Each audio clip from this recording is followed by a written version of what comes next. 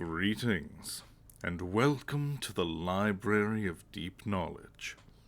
I am Naho the Storyteller, and I have a tale to tell you. Today we are continuing the story of Tokyo Necro. When we last left Soun and company, they were on their way to the Tokyo Megafloat when they were ambushed by Milgram and his men. Well, his right-hand man and a bunch of zombies, I guess. The ambush has been fended off, though Soun definitely took a couple of shots to the heart. Hi. Momo, I have not introduced you yet. Oh, you started. I have no idea. I'm joined by Momo Pionia, Pyong pyong. Eva Bear, Hello. Wild, Saber-tooth tiger!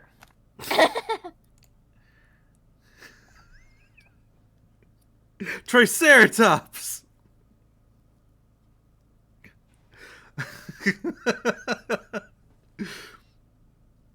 Come on, if neither of you are gonna go pterodactyl, then I don't know what to do. Okay. Crystal is eating, and Connie may or may not be able to join us properly. It depends.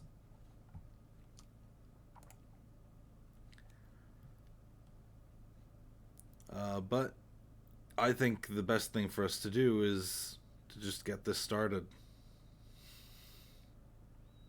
They will join us when they join us, I guess. Yes.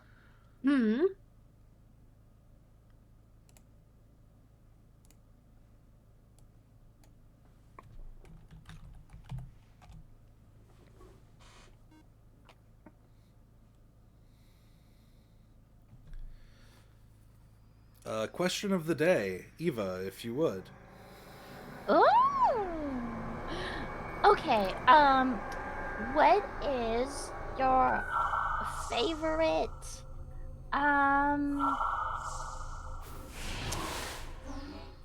What is your favorite mobile game? That's a terrible question. Nanaka Crash.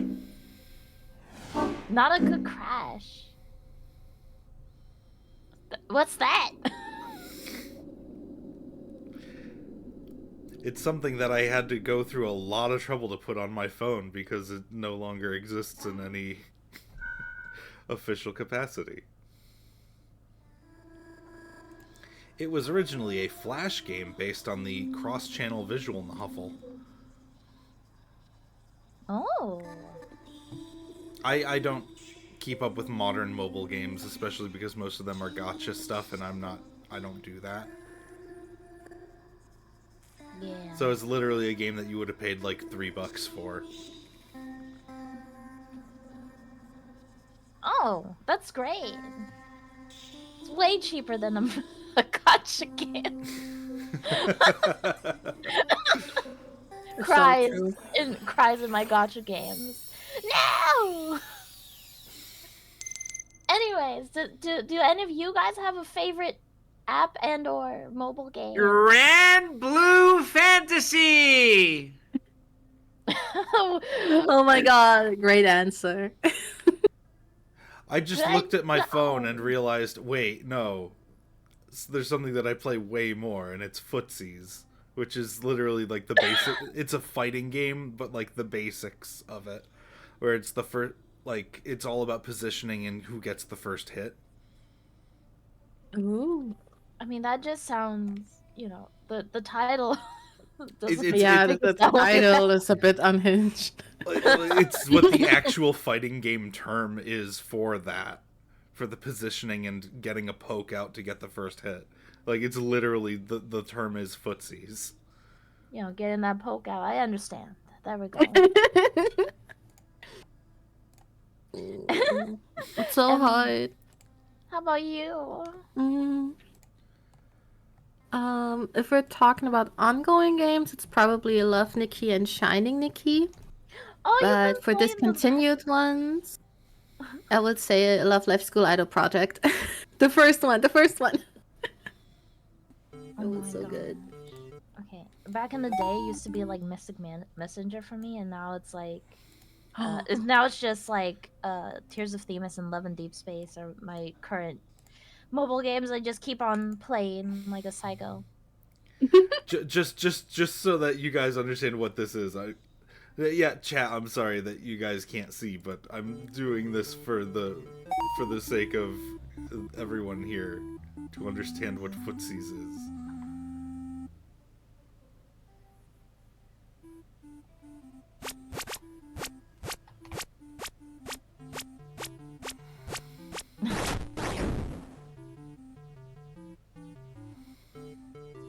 Ooh. It's so much more innocent.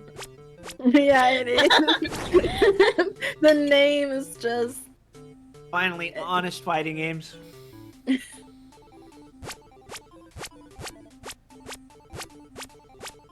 And it has online play too, which is the funniest thing. That's awesome. Not that I ever find people like that often, but like I will once in a while see someone and I'll just join that shit.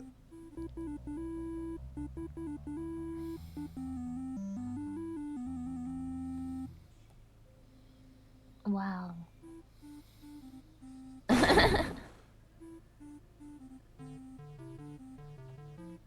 Can you stream that to your stream? I mean, it's not my video, so I don't know if I really. Oh, I thought this was. I thought you were streaming it like no, it was your no, no, game. no, no. I have the game on my phone, but like it would take some doing for me to like actually. Yeah, get on there. Yeah, no, I understand. But yeah, so that's footsies. Again, sorry, chat. Really Oh, nothing sussy to be gameplay. sorry. So basically, it's like two like not stickmen, but kind of like that the basic design of. Yeah, two guys who and then are they're vaguely kicking each Ryu other. from Street Fighter shaped, who have Ryu from Street Fighter's moves. But it's really just the knee attack and the crouching like medium kick. Ah. There are a couple special moves that you should never do because they aren't actually any good. You do them to style on someone more than anything else.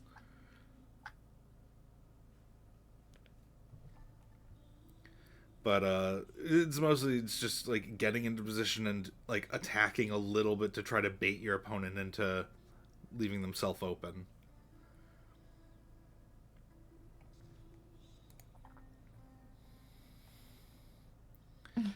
Anyway, Yeah. let's get this going.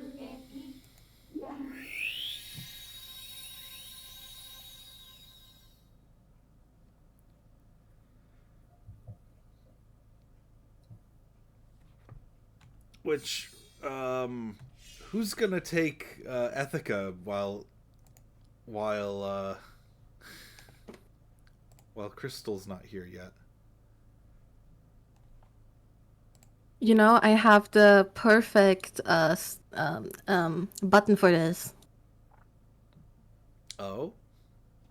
Oh. Look at the redeems now. Dramatic tension. This is the perfect opportunity for this. Alright, Eva, I guess you've got Ethica. Okay. What? Okay. Let me think about how. Okay, is Ethica going on right now? Yes. She's Okay. she's the one doing narration for this because it's from her perspective. Okay, we're gonna just try, and if I need some pointers, you just yell at me. You just tell me what I need. Well, to just change. remember Anyway. she's brash, loud, and confident. Okay. Yeah.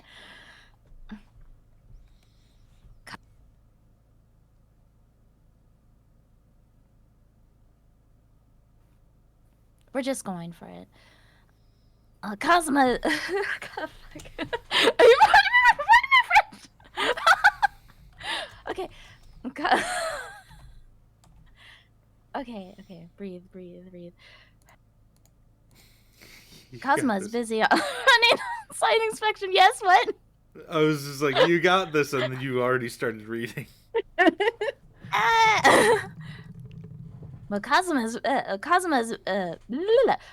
busy running on-site inspections. Kiriri escorts us onto the military police gunship to inner place. I'm gonna change up the voice. We'll do the next line. Well, I love this. I This is do want you horrible. to. I want you to try this again without laughing. Okay. Kazuma is busy running on-site inspections, and Kiriri escorts us onto the military police gunship in her place.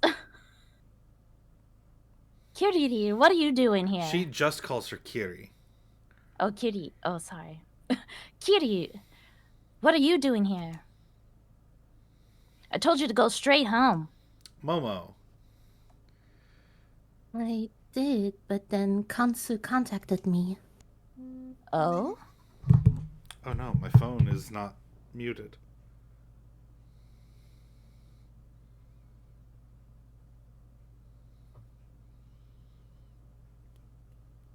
I have to mute my phone. Mr. Security Guard, please don't text me during stream.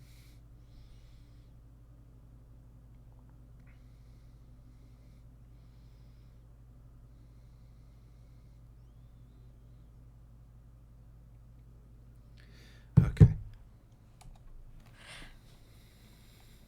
We got ambushed in front of the snowbound Nirvana. This is her, like, recalling it, so... Okay. We got ambushed in front of the snowbound Nirvana. Sue must have noticed that something was up and asked for Kitty to help. Do you have dyslexia? A little bit. Okay. It's something that I've wondered since, like... I can't read. I told you guys. I don't read. I can't read. Cause, like, on your own streams, when you read chat out loud, sometimes I'm like, that's not what they... Huh? Well, like, also, when you're reading chat, it's like, you know, you're just glancing to the side, too, so it's not... Yeah, but the thing is, you also do that just... In general, yeah. In general. I'm sorry! It's fine. We It's still fine. love you. Again, like, Akani, when we're doing Utawara Drumono, she absolutely can't read any of the names in that game. Like, at all. And to be fair, they're weird names for made-up language things, but, like, there's a lot of that. And this is a similar kind of thing. Yes. All right. We'll take this line from the top. Sue must have noticed that something was up and asked Kitty for help. Kitty for help. I'm so sorry. Oh my gosh. Are you sure you want me to do this? Yes. And now I'm super nervous. Even if I wasn't, someone redeemed ruined dramatic tension, so we must. I'm sorry. No. Don't shift the blame on me now. What the? I'm only human after all. Oh my gosh. I'm only human after all. Don't put the blame on me. After the surviving SAD members, or we're doing SAD or we're doing SAD? I'm not Like feeling last all time. that happy about it. Okay, after surviving SAD. SAD members are boarded, the gunship takes off. Wild, Oh, that's me? Okay. ruined dramatic tension. Take us to Tokyo Mega Flow! But take it seriously. Okay. Take it seriously. Take it seriously. Take us to the Tokyo Mega Float. But It's an emergency. Normally, there'd be strict requirements that must be cleared in order to bring people from the outside into into the Tokyo megafloat. Their process is far more stringent than the Tokyo immigration inspection. Due to the block on the information traveling in and out, ordinary citizens like us can barely even imagine what it must be like inside the megafloat. My eyes fall on Iria. Who exactly is she to be invited into the Tokyo megafloat like this?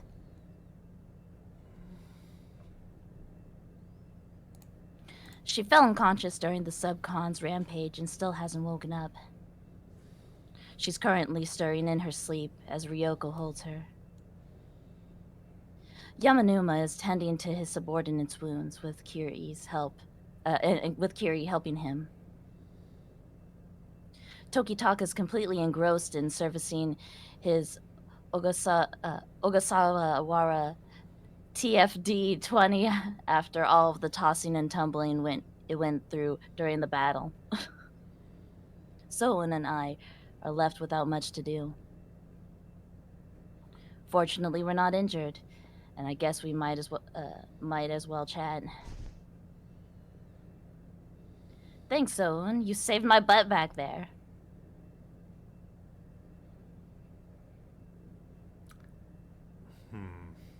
We saved each other's butts.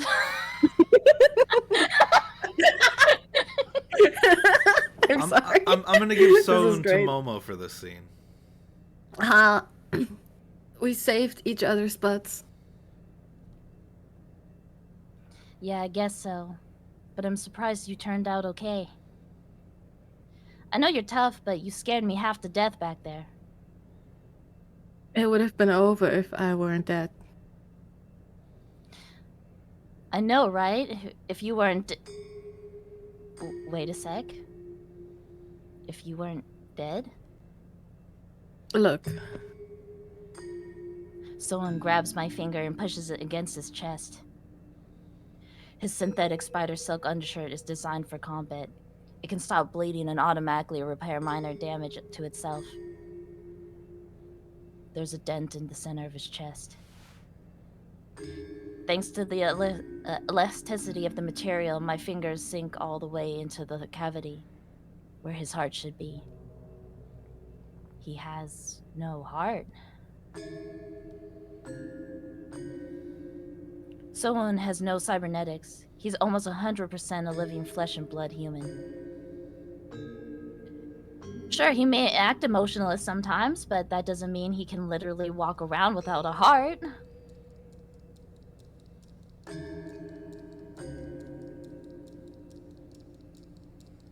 Unless, of course, he's a living dead.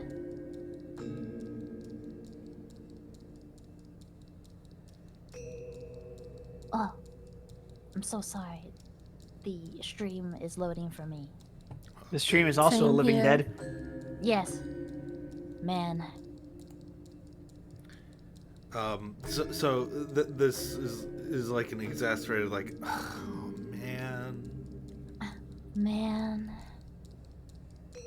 None of this feels real. But somehow my head's incredibly calm as I stare at the truth being laid out in front of me. When did it happen? I think it was probably after the battle at the Ikebukuro CPC. A terrifying answer. Milgram stabbed through Soun's heart during the battle at the Ikebukuro CPC. The two of us were hospitalized and narrowly escaped death, or so I thought. The next day we were up and about and even walked the streets like normal, to the surprise of Ryoko and the others. But if Soun was already a living dead at that point...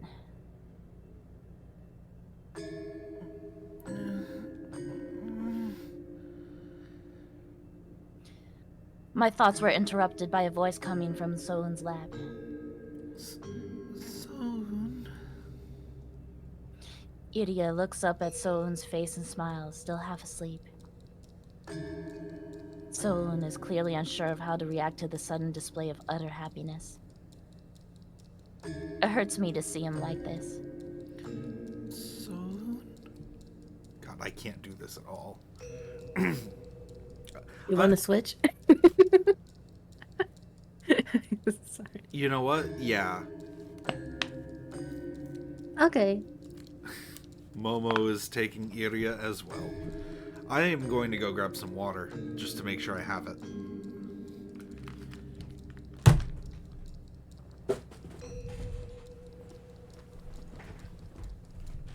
Time to take over the stream.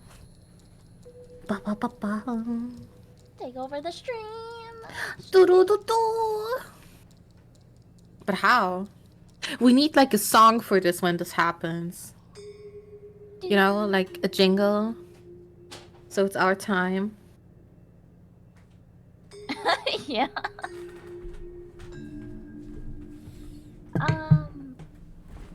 Okay, I'm back.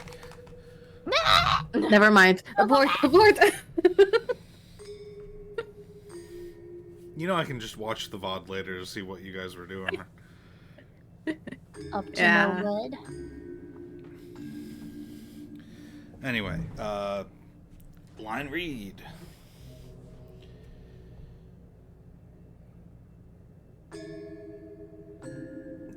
Eva. That's me. It's me. It's me. Okay. Hey there, Iria. Africa? Africa? I can't bear to watch, so I lend a helping hand. Someone was so unable to open up to me without hesitation. But now he's struggling to find the right words to broach the subject with Iria. Yeah, try that again. Someone was unable to open up to No. me without hesitation. Huh? Read it to yourself slowly. Oh no, I was able. Someone was able to open up to me without hesitation, but now he's struggling to find the right words to broach the subject with Iria. She did just wake up. I'll steer the conversation for a bit. Glad you're finally awake. Where are we? A military police gunship. We're in the air above Tokyo Bay. A gunship? I don't blame her for being confused. She lost consciousness during the subcon's rampage and was asleep this whole time. I give her a short summary of what happened while she was out cold. Once subcon's rampage subsided, we were suddenly arrested by the SAD. And while they were taking us away, we got attacked by Milgram. I leave out the part about Sohn getting shot through the heart, though. And you're to blame. So does that mean I'm going to the Tokyo Mega Float?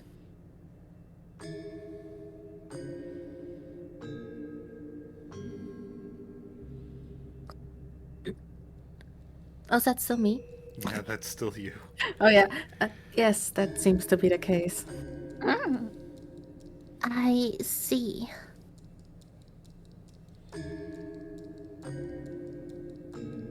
Iria looks down. The research conducted at the Ikebukuro CPC was financed by the Empire Energy Corps. Which means they're probably the ones who have the key to Iria's memory. Her goal is right in front of her, and yet she has a sullen look on her face. Hey, say something, I whispered to Sohn.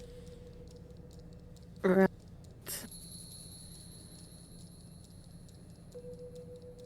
Oh, he gives a vague response. Ultimately, he doesn't say anything. Iria, too, remains silent. I watch as she projects the tonograph from her Konri and stares at it, not saying a word. God, this sucks.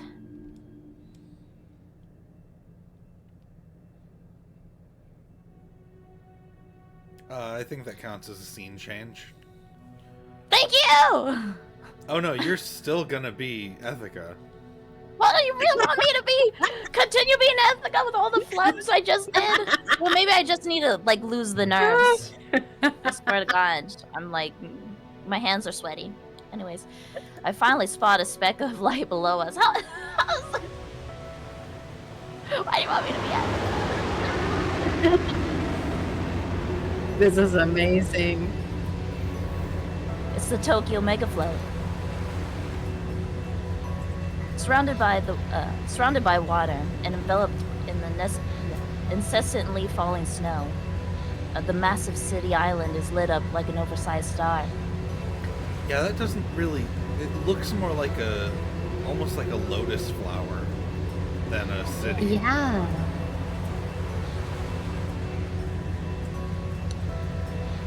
The place gives off a distinctly different impression now that I'm finally seeing it from close.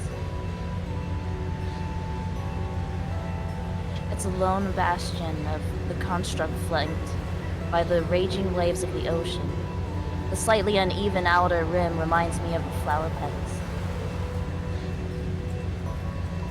Enclosed in a dome-like artificial membrane, the city is illuminated by faint beams of light that shimmer with all the colors of the rainbow.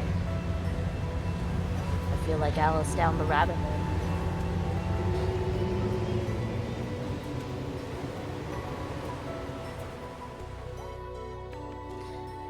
As the gunship begins its gradual descent into the mega flow, my vision gets filled by a slew of buildings as far as the eye can see. Their designs are varied and diverse, almost as if the structure was trying to compete for the viewer's attention. Rather than a regular city, what I'm looking at feels more like a grand conglomeration of every architectural style known throughout history. Among the buildings, each employing bold curves and mostly white coloring, I see not a single hot pipe. It's hard to believe I'm still in the same world that Tokyo exists in. Rather than frustration, the first emotion to grab a hold of me is a silent astonishment.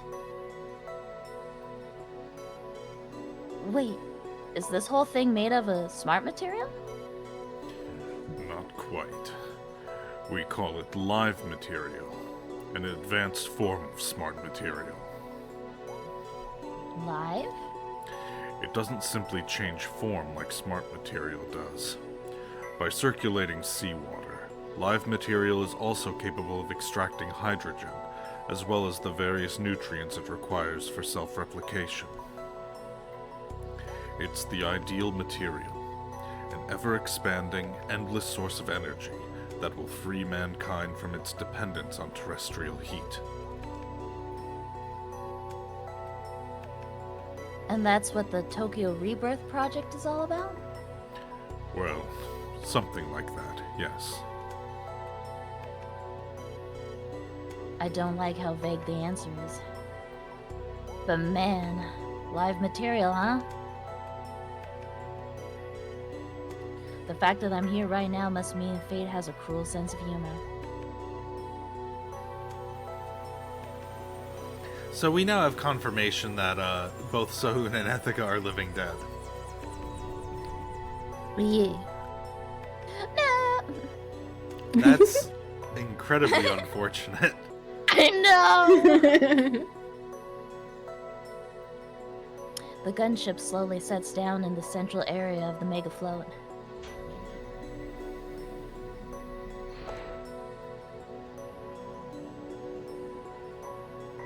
We've arrived at the Empire Energy Core HQ. It looks significantly more impressive than in the commercials, I have to say.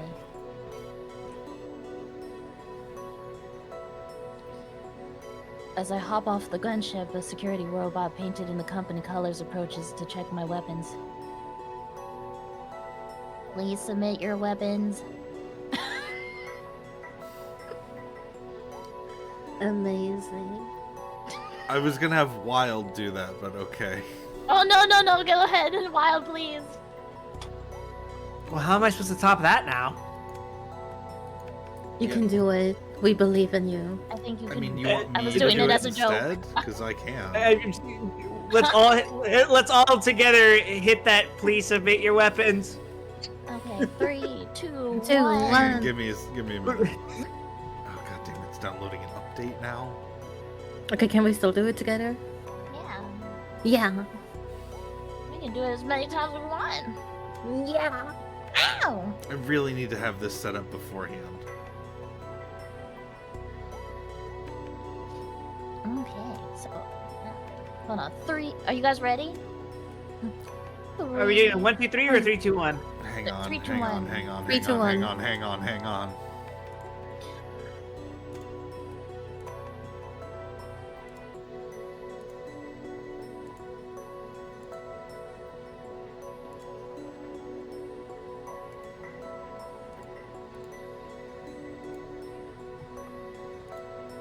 All right, 3, 2, yeah, do the countdown. 3, 2, 1. Please submit Please your submit weapons. your weapons. And Oh my god. There it goes. Please submit your weapons. Yeah, I'm afraid now. Okay, let's go. No. Now that I'm shaking in my boots, let's go. Good job. No. You're. It's perfect. I pay for voice mod for a reason. Oh. I just need to also adjust one little thing. I would like it to not do the bleep bloop every time I do the thing. There we go. But isn't that even more robot? Yeah, but Beep bloop. if I, but like it's audible to the stream, Oh. and I don't want it to be for every time I turn the voice changer on.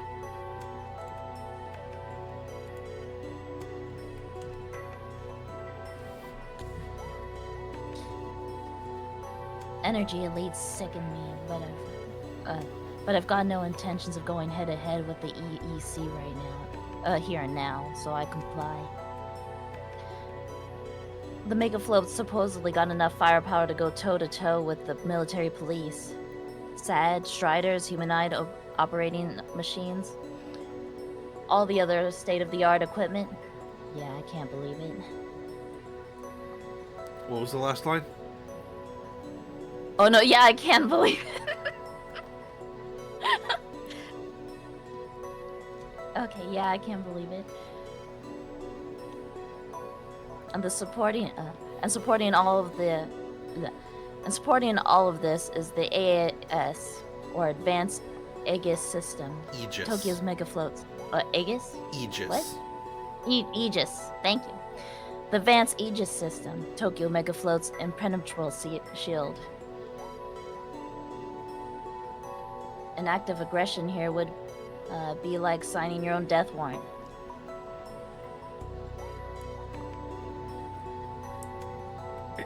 This is okay. Are we? Does this include us? The military police and the Empire Energy Corps have a complex relationship.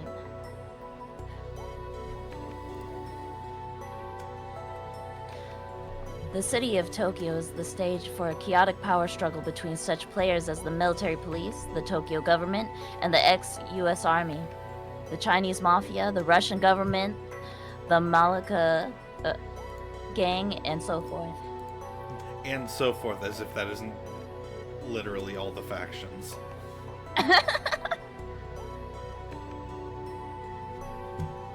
The military police pride themselves on maintaining public order in this volatile environment. But that's only thanks to the instructions given by the Empire Energy Corps. Understood. Kyrie concedes to the silent security robot as it gestures once again for them to submit their weapons. Her brow is furrowed, and her expression bitter. Kyrie has clearly worked herself up over the situation.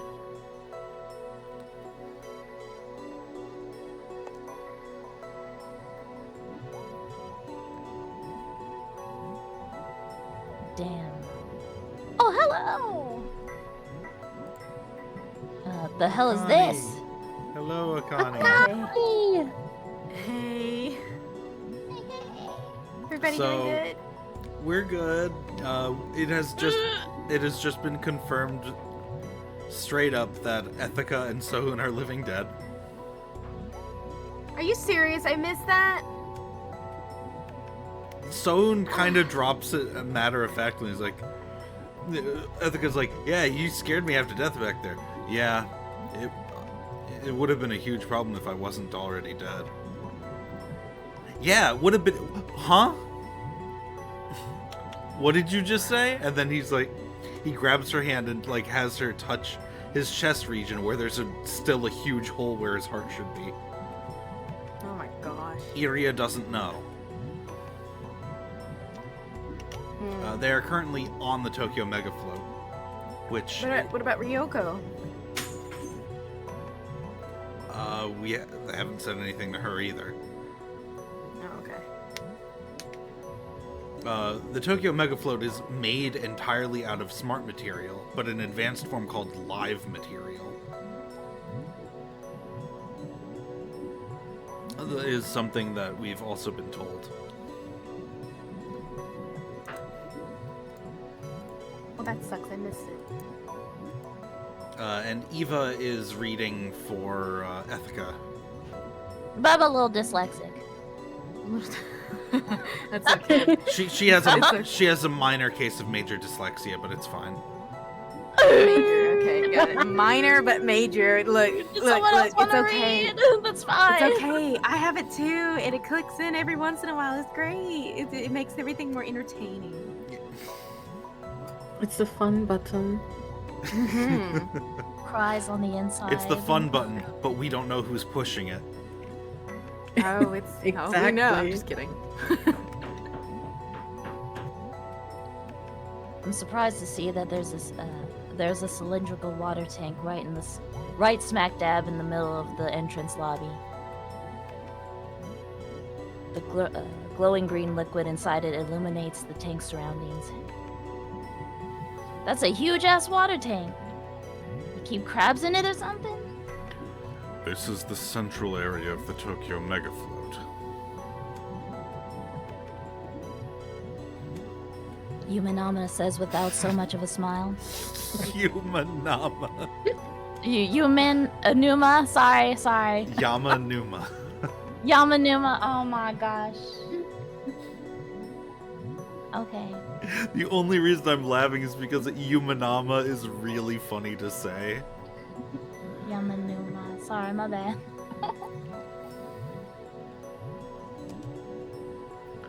Ocean water flows through the flexible veins inside the live material. The outflowing luciferin luminesces, providing the lighting out inside the Tokyo Mega Float. Wow, I can't believe how ready I was to say Luciferin. I'm gonna try that again because I started to falter at the end. Water?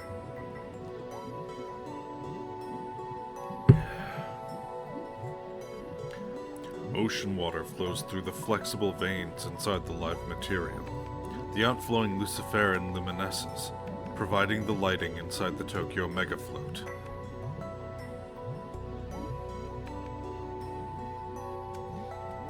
I see. The whole interior seems pretty bright. So it's thanks to this liquid circulating, huh? The veins also act as a means of transport. Transport? When I asked for clarification, a hole opens up in the live material pillar. On the other side is a giant capsule that can fit about a dozen people, coated in a hard artificial membrane. So this is like an elevator?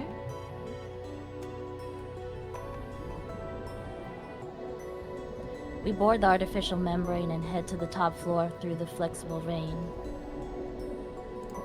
It's like we're floating in a bubble. Pretty weird.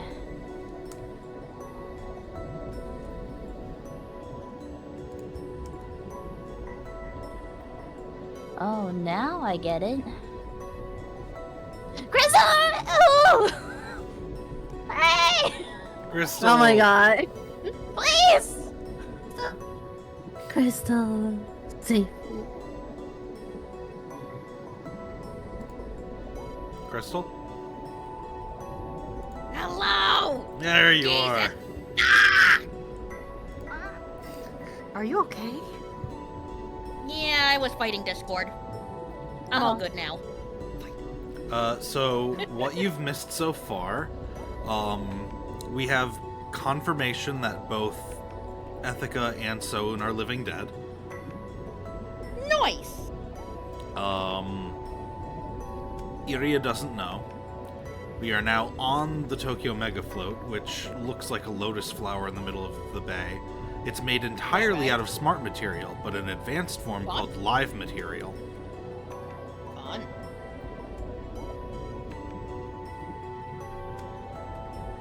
Much fun.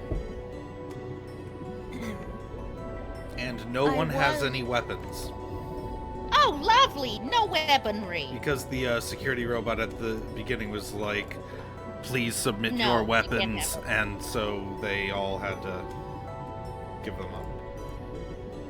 Okay. Alright, since you are now Let's back, go. continue. Yeah, fighting! Please! Please! I was trying to figure out what this reminded me of. It's Midnight Shores. The lighting in it is similar to the lighting here. Come to think of it, wasn't the roof of the Ikebukuro CPC pretty similar too?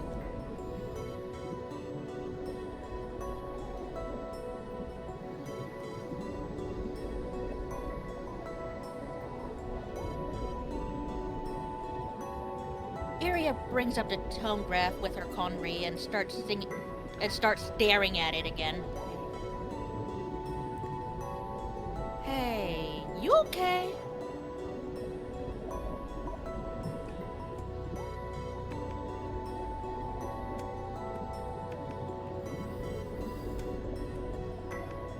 Akani? Oh, sorry. Huh? Yeah. She must be anxious. I guess she is about to come face to face with her past.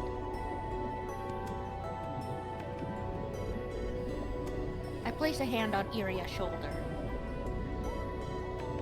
Come on, relax. We'll protect you, Iria. Don't you worry. Right, Zone?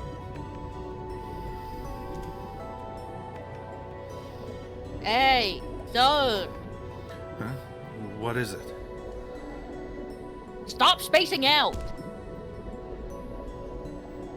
Are you serious? I can't help but give him a little kick.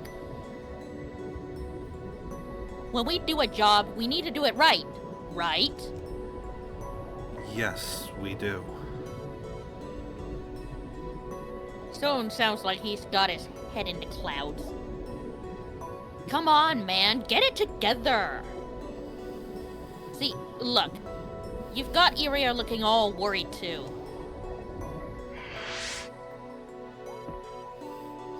You two wait here.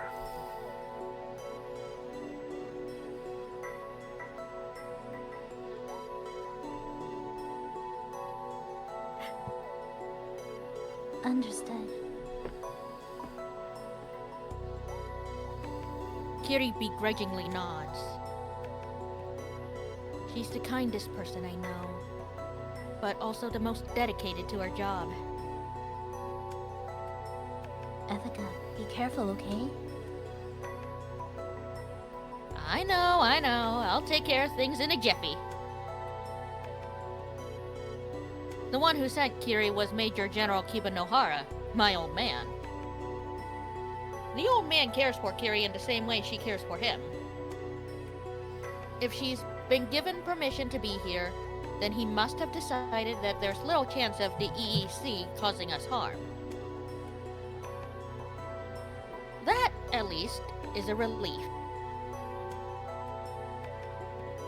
But I want a detailed explanation as to why they determined it necessary to drag us over here so forcefully. I stride into the room intending to assert myself, but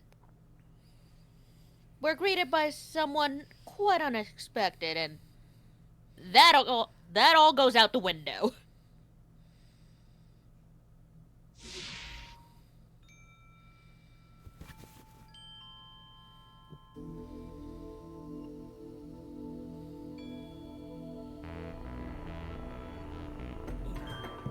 I know. Akane, do you mind taking that line for me? Sorry. No, it's okay. Are you okay, Eva? Oh, I'm okay. I'm just like a little like I was really nervous from the first part, and so I'm just taking a little time. That's all. Breathe, breathe. I want you to do this because you don't get to do Sophia very often.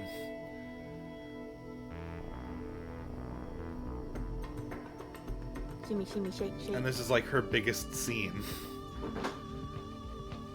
Oh no, that's not helping. Shake it off. Shake it off. Well,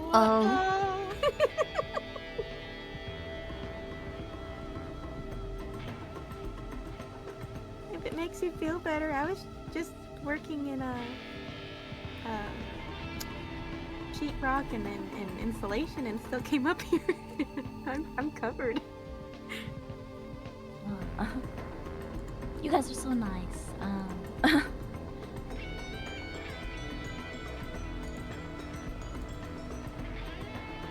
Welcome to the Tokyo Mega Float Living Dead Stalkers. I'm sorry, I'm not really feeling this one. No, you did great. Good. Channel your internal ara ara. Let's go. Turtle otter otter. Welcome to the Tokyo Mega Float Living Dead Stalkers.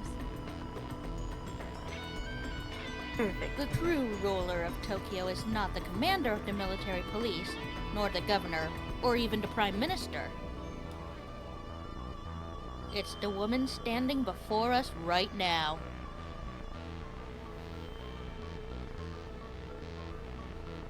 How do you pronounce her name, just so I don't mess it up? Girl boss, creator of worlds. Oh, no, her name. The last name. No, I know. I was just reading it, and all I read was "I am girl boss, creator of worlds." Sorry, Sophia Kawarazaki. I am Sophia Kawazaki. Like all the vowels in her name are "ah" except for the end. Kawarazaki. I am Sophia Kawarazaki, CEO of the Empire Energy Corporation. Alright, let's try that one more time.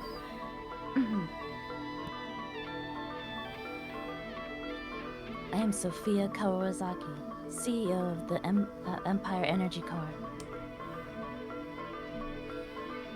In person, she commands an even more powerful presence than during her TV appearances. Sit down. Detecting the arrival of new guests, a chunk of gelatinous live material rises from the floor and forms a set of chairs for us. That in itself is reminiscent of how smart material works as well, but these seeds actually get finely custom to fit our specific body types. A little too high-floating for my taste, personally. Highfalutin. A little too highfalutin for my taste, personally. Still, that doesn't mean I'm not gonna sit down. Don't look a gift chair in the mouth and all that jazz. Hogio area. Hogio area, it's a pleasure to finally meet you. With your help, the Tokyo Rebirth Project will advance to the next stage. Whoa, not so fast, lady.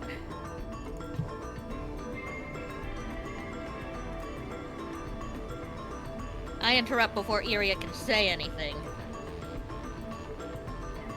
Just as a reminder, we didn't exactly come here because we wanted to. And Iria Didn't say a word about agreeing to cooperate with you either. The next person to speak up is Zone, who's been staying silent until now. I don't know exactly what your company hoped to achieve at the Ikebukuro CPC, but that doesn't change the fact that you experimented on a great number of children. To be completely honest, none of us here think particularly highly of your methods. Nice one. Go tell her, Zone. Bet she didn't see that one coming. That's the most forceful I've ever been as Soun. Contrary to my expectations, though, Sophia Kawarazaki doesn't display any particular change in her demeanor. Guess there's a reason she's the top dog of this entire company, huh? She knows how to handle herself. I'm well aware then. Pogio Irian. Yes.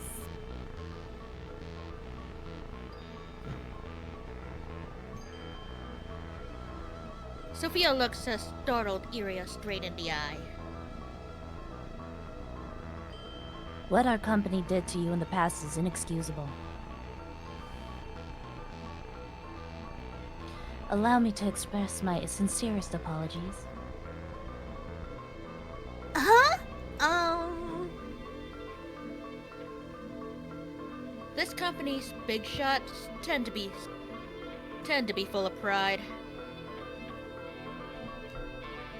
Especially someone like Sophia, who's not just the single most influential energy elite, but also the most powerful person in the entirety of Japan. And yet, she's now bowing her head to Iria in a show of candid sincerity. Can't blame Iria for being thrown off her game.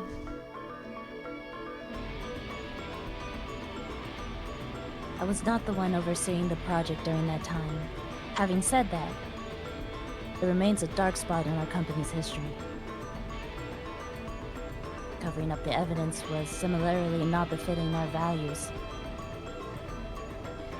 It may take a while, but we do plan to call an external inspection committee and deliver a public announcement regarding the matter. Once the time is right.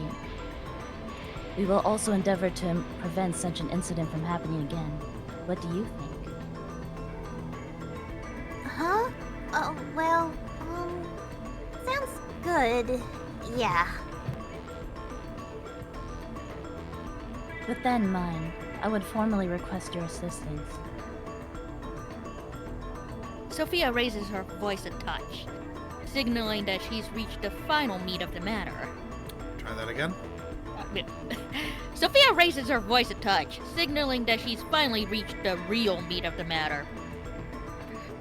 It's hard to believe someone of Sophia's position would be willing to grant all these concessions just to get Iria to cooperate. Is she really that vital to their plans? Once a society abandons its strive for continued progress, said society falls apart. History itself is a witness to this fact. Oh damn. You started getting real forceful there. I love it. Go. Yeah. Man must forever press onward, or risk falling in the wayside. In order to create a brighter tomorrow, we desperately require your help. Sophia once again bows her head in front of Iria. For the sake of mankind, the people of Tokyo, your friends, and most of all, your own self, I'm begging you, please lend us your aid. Left utterly speechless by everything that just happened, I ended up throwing a quick glance at Sohn. He too is looking to me for an answer, but tough luck. Just what the hell have we gotten ourselves into?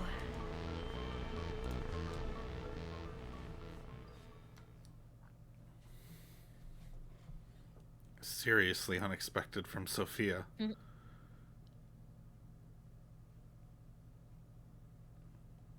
It's out of our hands. Ryoko looks down and shakes her head. Iria is an adult. We have to respect her decision.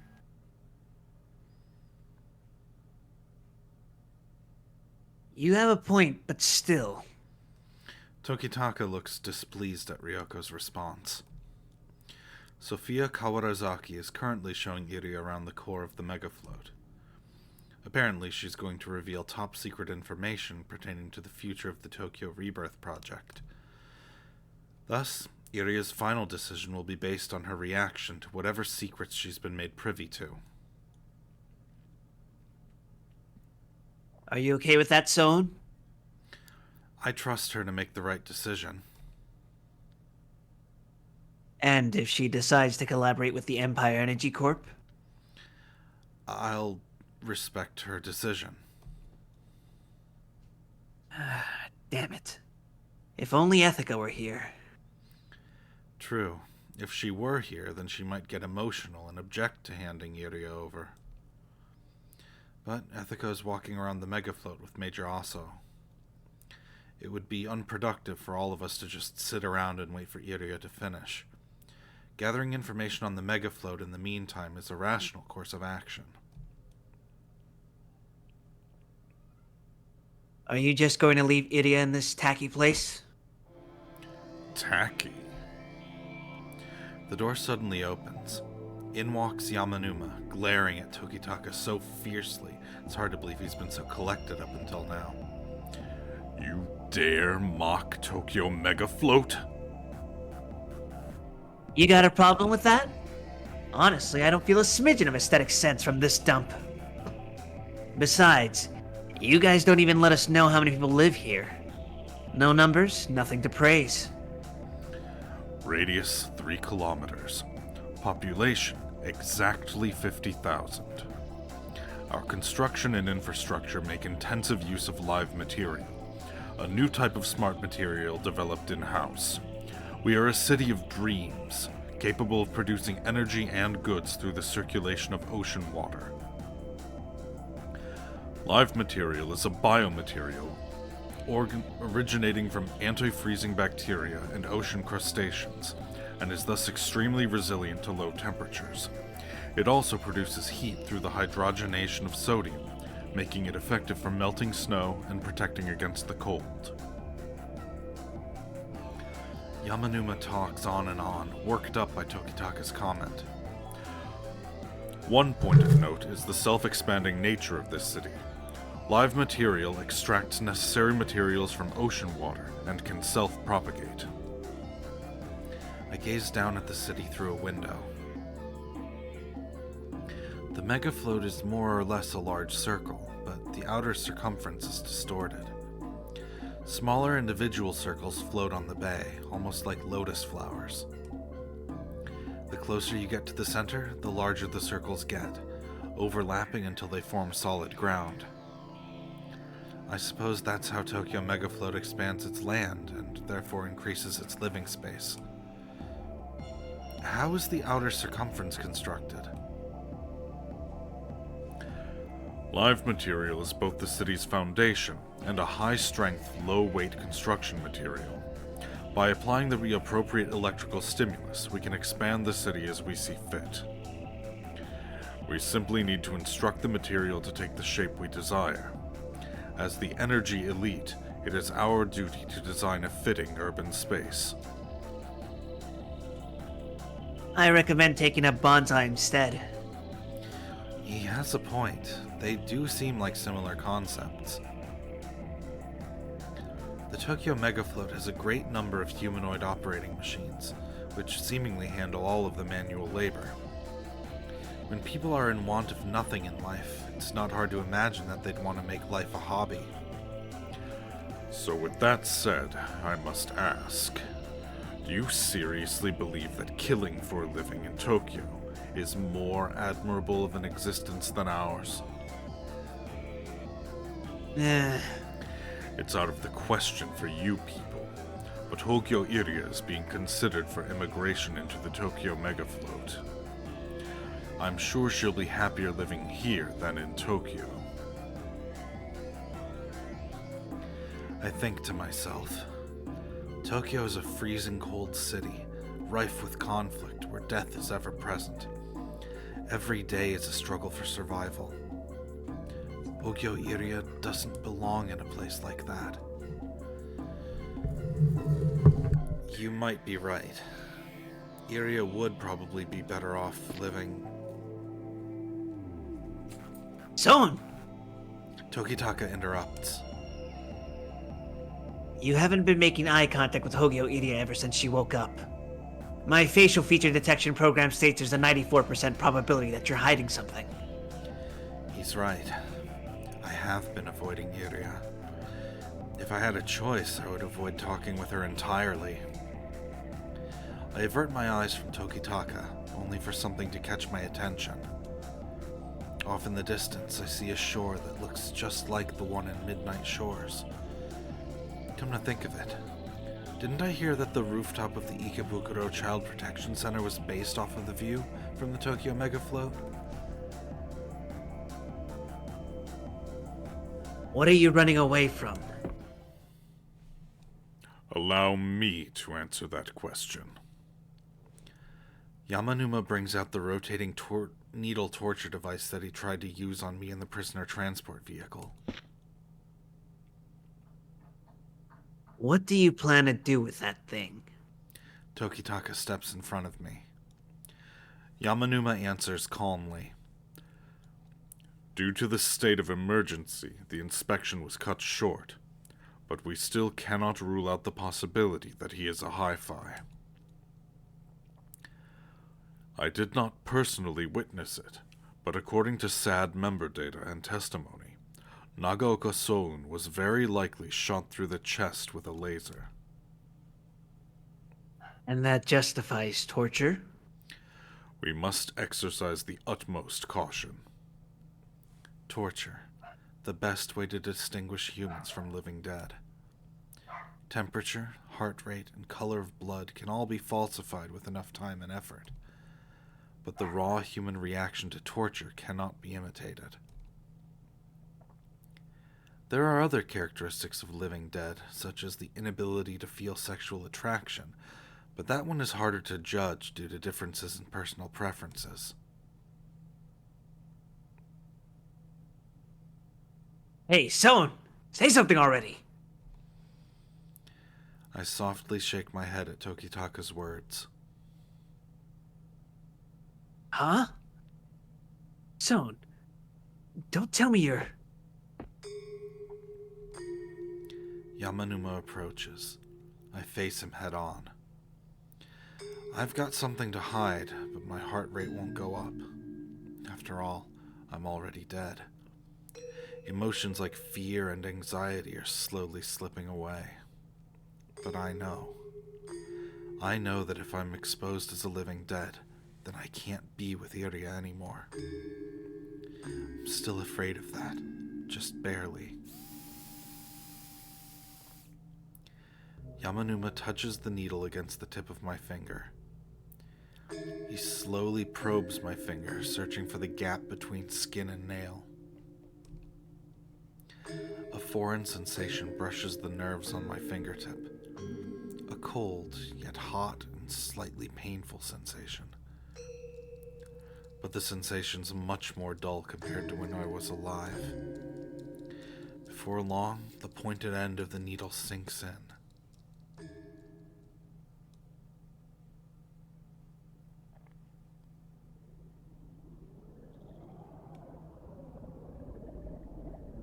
Kitty and I leave the waiting room together.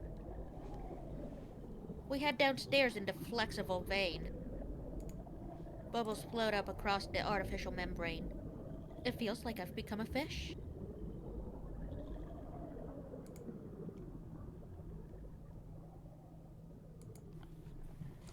So what's the urgent business?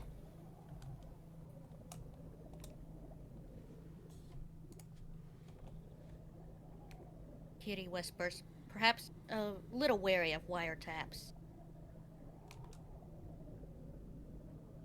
A date. I whisper back. Huh? I said a date. I want to go on an urgent date with you, Kiri.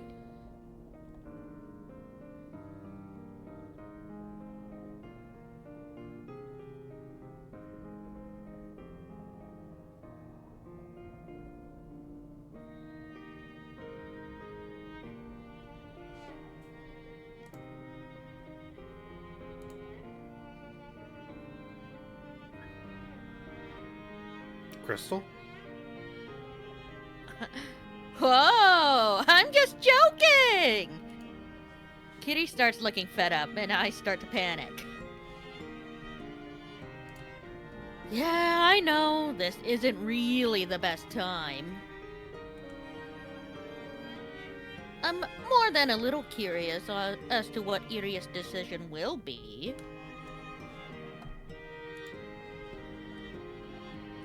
But I'm sure Soen and the others will back her up. So it's my job to look after Kiri in the meantime.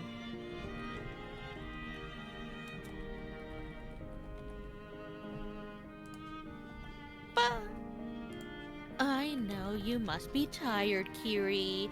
There's no point in straining yourself right now. So I figured we should go get some fresh air.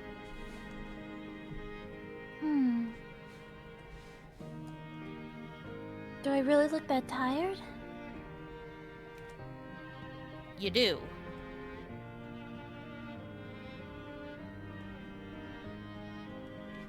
Either you're tired, or you're worried about something.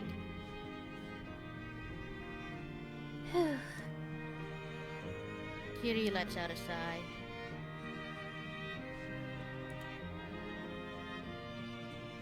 She nearly got killed during Subcon's rampage. Saw that video at Zoo's place, saved us with the gunship, and now she's at the Tokyo Megafloat. Way too much has happened to her. Way too fast.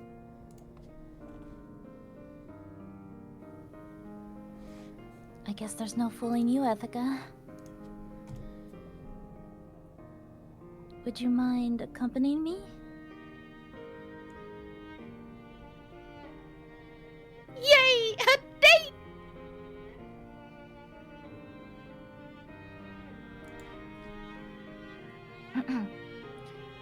No, a military inspection of the Megafloat. That's Ethican for a date!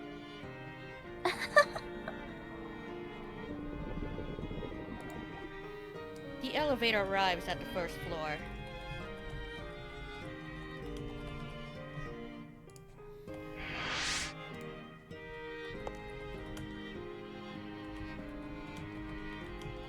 I take a deep breath once we get out of the artificial membrane.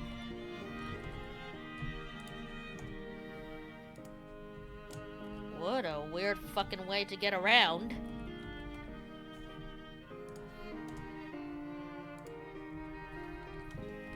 Since the flexible veins run through the entire town, they should be able to take you anywhere.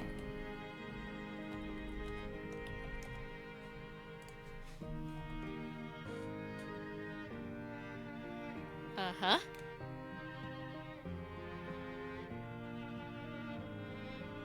I look over at the giant green tank in the center of the lobby.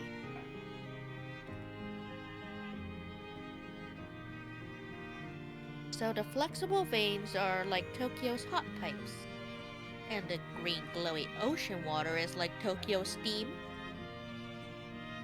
Come to think of it, there are a bunch of flexible vein exits all over the building.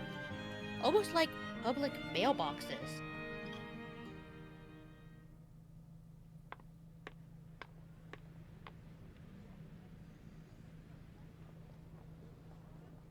Kiri exits the main building and heads outside.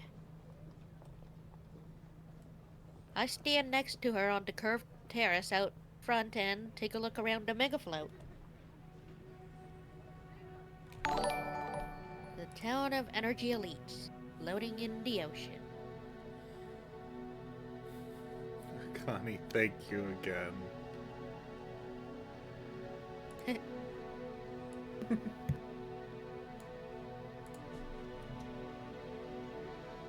Even when viewed from mainland, even when viewed from the mainland, it's got a different vibe.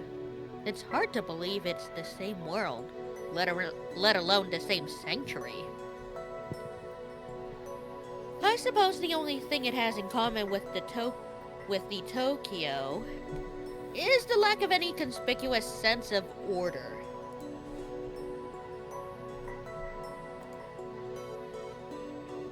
There's no hot pipes, no rhyme-inviting darkness, and no vagrants indistinguishable from corpses.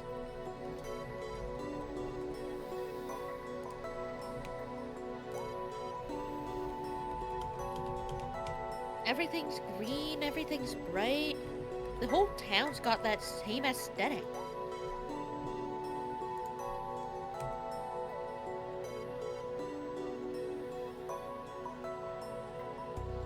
As she looks down upon the city, her hair flowing in the wind, Kiri seems somehow fragile.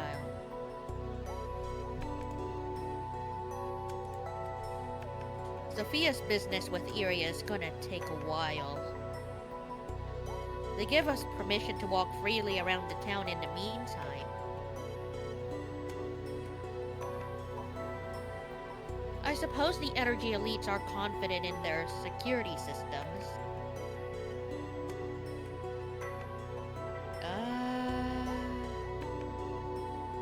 This way, Athka.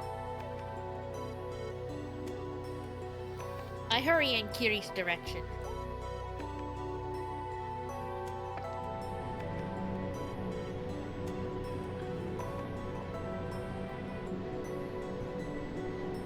We hop on to a conveyor belt.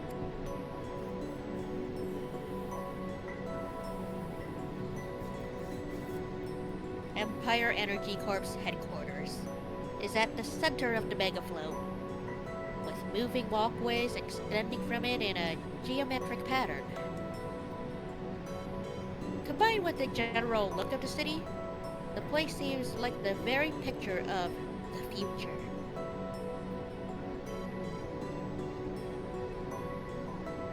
The moving walkway forms a gentle curve with the EEC headquarters to its right. This is what they use to move around?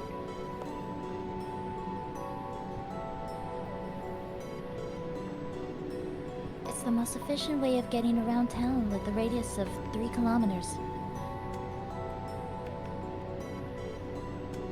Huh, I see. Hey, wait! Don't leave me behind! Before I know it, Kiri's gone quite a bit ahead of me. It seems that the conveyor belts move at different speeds depending on the lane. The closer you get to the center, the faster it gets. Anyone in a rush is taking the center lane. It's moving at maybe 50 kilometers per hour. Do you have a destination in mind? No, just winging it. The wind feels nice. Oh no, sorry, my bad. No, it's okay. Actually, who is saying this? That's Kiri. Ah, okay. The wind feels nice, doesn't it? I swear, sometimes you can be even more whimsical than me.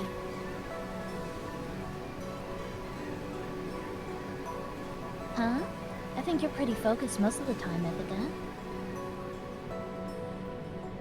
No way. But in any case, I do agree that the wind feels nice. The air inside the artificial membrane of the Tokyo Megafloat is completely clean. It's a nice change from Tokyo's musty smell of mold and alcohol, not to mention the stench of rotting corpses. I wish I could just bask in this breeze forever. Inside, it's the middle of the night, and yet there are a lot of people out just living it up.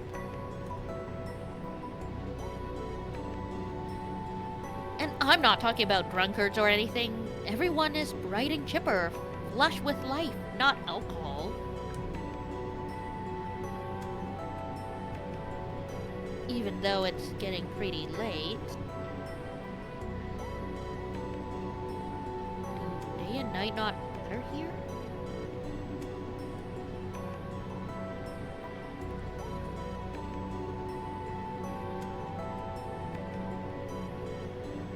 Carrie. Is that me or? Yep. Okay. In order to make the most effective use of the limited space available, every facility in the town runs on a shift system that keeps them open 24 hours a day. Live material emits its own green light, regulating the residents' sense of time. People are granted breaks in accordance with their fatigue. The concept of day and night doesn't exist in the Tokyo Megafloat. I see. So the energy elite are in control of everything, huh? Even nature itself. With a nod, we overtake a man and woman on the conveyor belt. I'm thinking of recreating the Hanging Gardens next.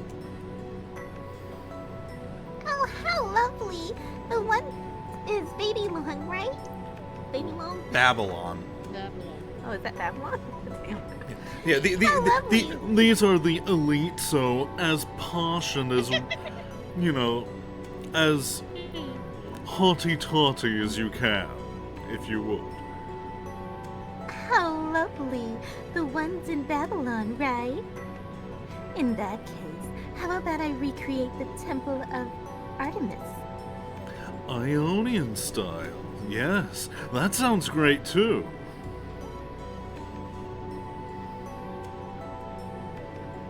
What are they talking about?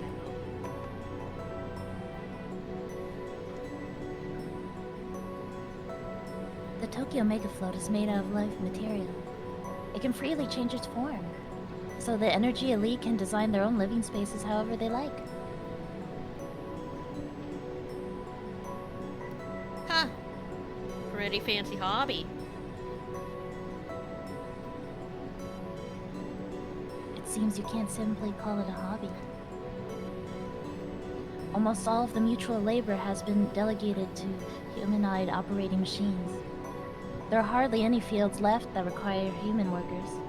Can you try that? The first line there again? Almost all of the manual labor has been delegated to humanoid operating machines. Okay, thank you. There are... well, no. Do you want me to keep on going, or...? Oh, yeah, sorry. There are hardly any fields left that require human workers. Residents of the Megafloat seem to believe that it's their duty to create ever more magnificent structures to enrich humanity through the creation of new urban spaces. So it's like the one human that's job Ethica. that only humans can do. Oh. Oh, sorry, my bad. So it's like the one human job that only humans can do. Maybe so.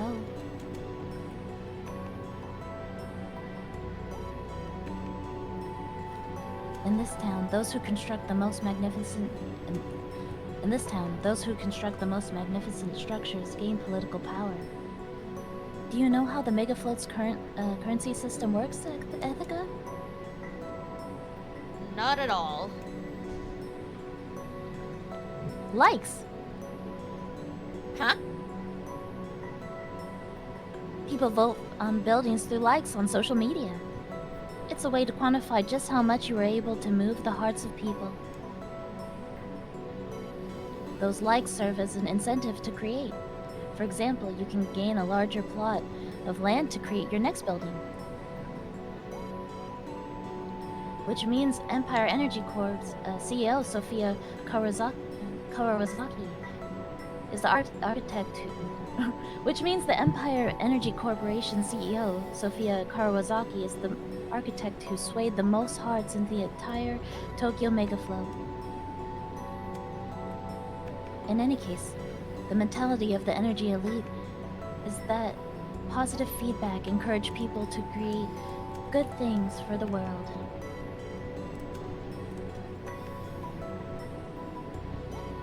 God damn, talk about pretentious. A city where society dictates that you continually do good unto others. Everyone we pass by has the same cheerful look on their face. Everyone's full of hope for the future, as if they're the embodiments of love and peace, order, and progress. There's no room for even the smallest sliver of negative emotion. Yeah, I don't think that's the life for me, I muttered to myself. I mean, every now and then I just want to go wild and break shit, you know? We feel positive emotion. Yep, continue. We feel positive emotions, negative emotions, and everything in between. Isn't that what it means to be human?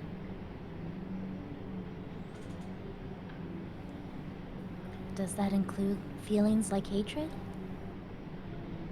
Of course. Then what about feelings like love? It suddenly feels like there's a vice around my heart.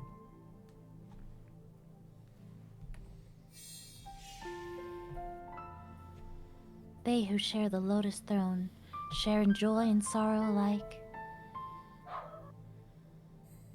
That's a phrase my mother used to love. Kiri speaks slowly and deliberately. It always felt like some sort of message. A message?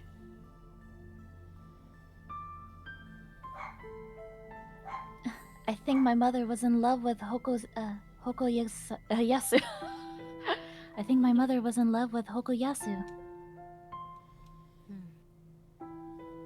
Well, after Kiri's mom died, the old man was the one to take Kiri in. So the two of them must have had a close relationship. So I can't deny that possibility. But Kiri and I aren't related by blood. There's no doubt about that. I've checked our DNA tests. If we were sisters, no. It's because we're not sisters that I can tell her my feelings. Not right now. But someday. I've always been jealous that you have... No.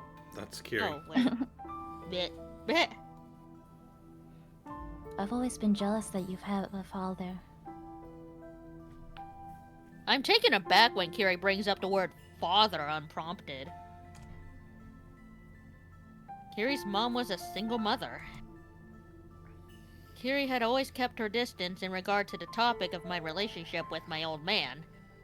I had always assumed it was due to her not having a father herself. This isn't exactly an easy topic to discuss. But Kiri keeps going as if it's nothing. You know how I grew up quickly as a child and excelled in both studying and in sports? I took a military police genetic test.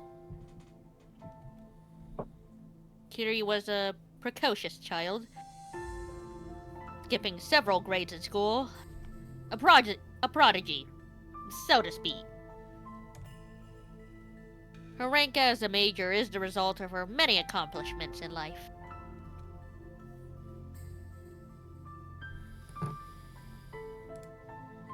But she also has something of a complex about this, since she doesn't know her father.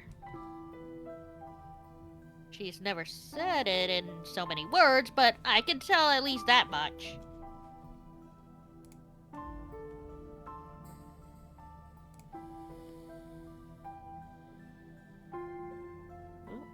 Kiri? Oh, it's me. Okay. The result?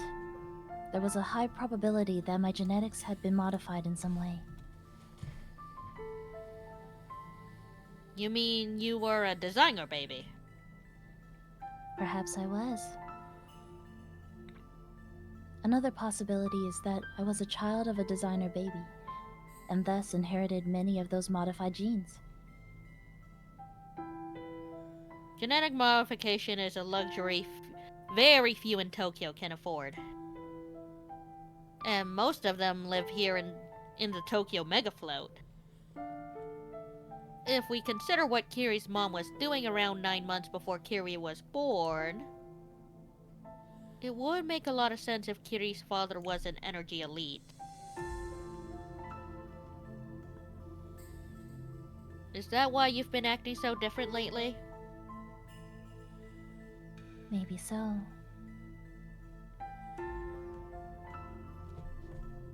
The general public rarely gets inside the Tokyo megafloat, and information rarely gets out. Kiri seems awfully knowledgeable about this place. She's probably tried looking into her father. But she said earlier she didn't have any particular destination in mind, which I guess means she hasn't figured out his whereabouts. Ethica? You hated Hokoyasu, don't you? You hate Hokoyasu, don't you? Yeah, I probably do. Less flippant. Yeah, I probably do. Probably? Well, I haven't seen the old man much lately. I see. That's unexpected. I mean, I don't want to see his face if I don't have to.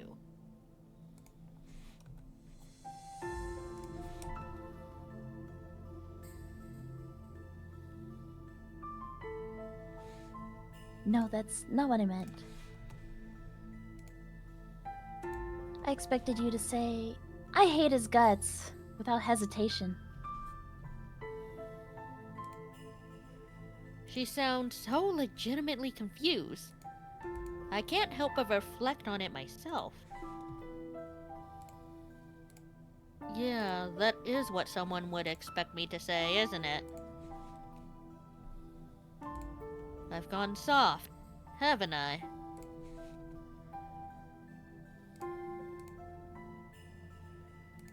Is the reason you enlisted in the military police because you felt indebted to the old man?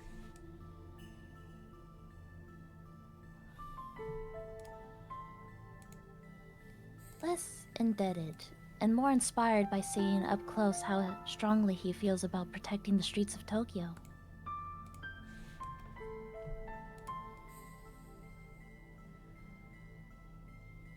The old man doesn't have feelings.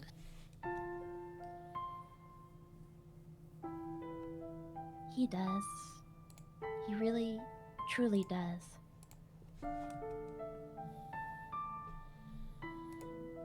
Which is why he suppresses them in the first place. Really now? I can't see my old man having such noble intentions.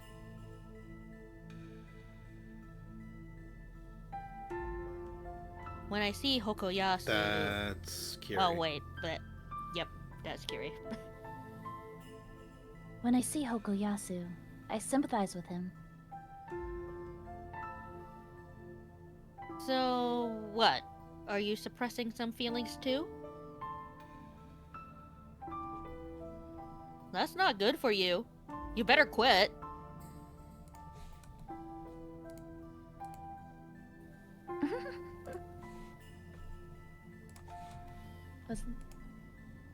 Kiri laughs weakly. It's not like her.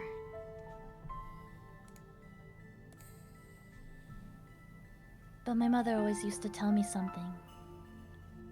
Maybe that's still in the back of my mind.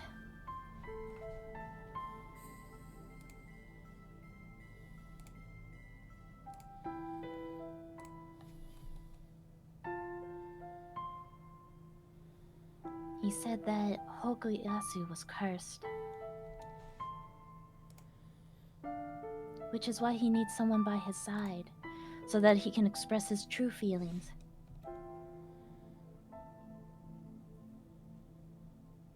Cursed, huh? I think to myself, if anyone is cursed, it's Kiri. Say, Kiri, do you want to see your mother?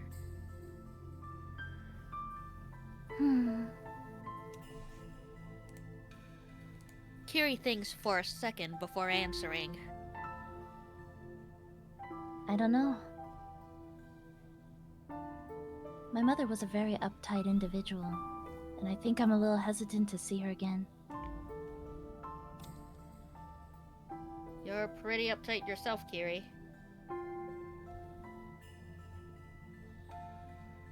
If only.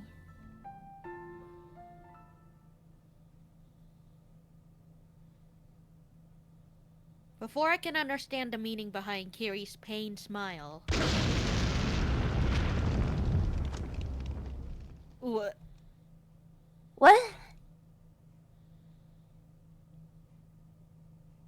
We turn around in panic at the reverberating roar. At the top floor of the Empire Energy Corp headquarters, where we just were, a large portion of the wall has crumbled, with smoke billowing out from the crack.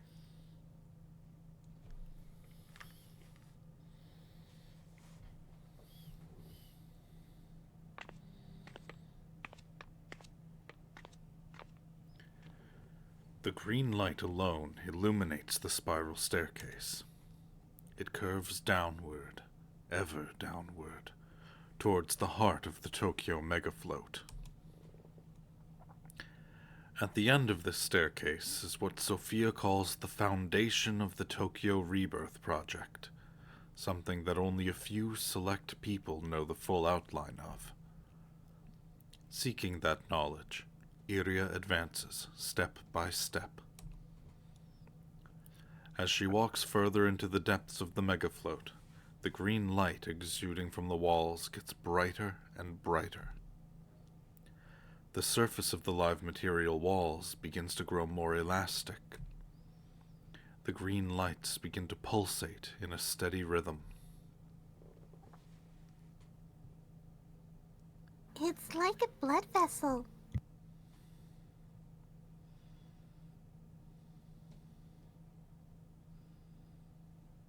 Well, give me 1 second. I need to remember how I did her voice.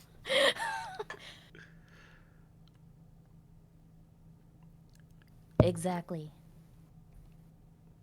Sophia nods in agreement with Iria's assessment.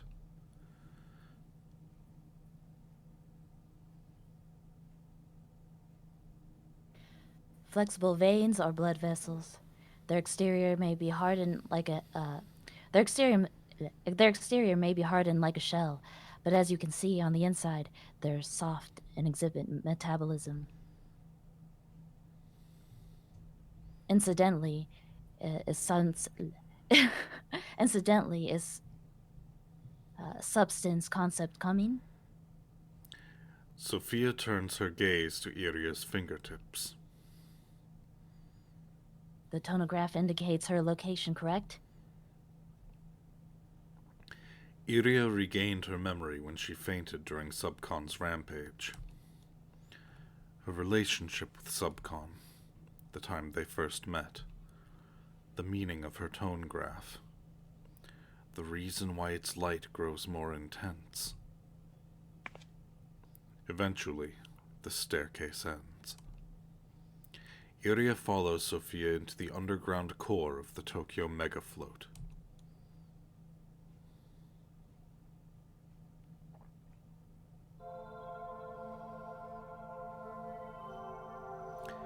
Iria recognizes the sight before her. The highway, a special command that allows one to view an index of all the data scattered about Tokyo's mesh network. A world beyond the 5 human senses, that normal humans can only access using synesthesia. Its image is projected onto the surface of the walls. In the center of the room floats a holographic sphere. More dots than stars in the sky, with rainbow lines connecting dot to dot, seemingly at random, but in a definite recursive pattern. It's a gigantic tone graph. Projected in the center is a schematic diagram of Tokyo. The tonograph is a visualization of the exchange of data through Tokyo's mesh network, classified by color. Lines spread out from each nodes as they interact with one another. Joy begets more joy, sorrow begets more sorrow, and a complex rainbow-colored network is formed. Substance concept is a consciousness that was born from this network. In other words, the tonograph is an fMRI of the substance concept's brain activity. Sophia's words are filled with conviction. Iria has no intention of trying to deny them. So why did you bring me here? We want to summon the core substance concept consciousness. We want the Tokyo Megafloat and the town of life to a long-last, truly embodied life. Sophia said that the flexible veins were blood vessels. This is a living, growing town, made of self-propagating live material cells. The life we seek to attain requires a consciousness. Wait.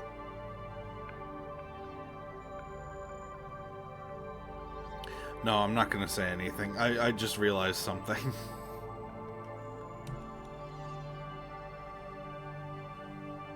And an intelligence has emerged from the subconscious of the network of Tokyo.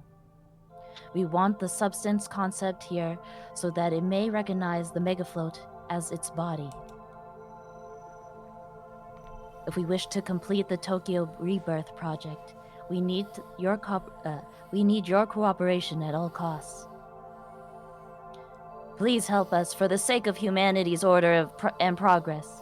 Sophia implores, her expression nigh rapturous. None of this quite clicks for Iria. Order and progress? The Tokyo Rebirth project? This is all beyond her ken. But intuitively, Iria can tell that Sophia genuinely wants to improve the world. She specializes in emotion, not reason. On one condition. Subcon doesn't know right from wrong. She's like a child, you could say. So, she goes to extremes. She doesn't understand the extent of her own abilities. Are you referring to how she went on a rampage earlier? Iria nods. Subcon's concert spread chaos throughout the city, but all she was trying to do was locate Iria. When Iria first put on her konri, it was Subcon who told her the bank account number. It was Subcon who led her to the hidden room at the Ikebukuro Child Protection Center as well. Perhaps she even helped Iria escape from the fortress. Subcon wants nothing more than to see Iria again. and Iria too wishes to see Subcon again. The core of the megafloat is an ideal setting for a reunion. So promise me.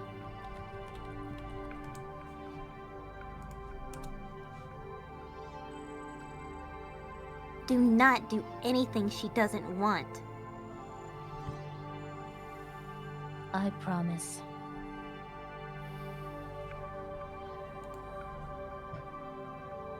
Sophia agrees without hesitation. She means what she says. Iria trusts her instincts.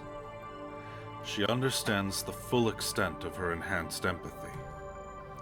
That ability is what allowed her to communicate effectively with Subcon, whose emotions are hard to grasp for a normal human. And perhaps that ability is also to thank for how she's able to get someone like Soun to open up to her. It's a deal. Hey, no worries, Eternal Father. I know that you've been having to beat them off you with a stick.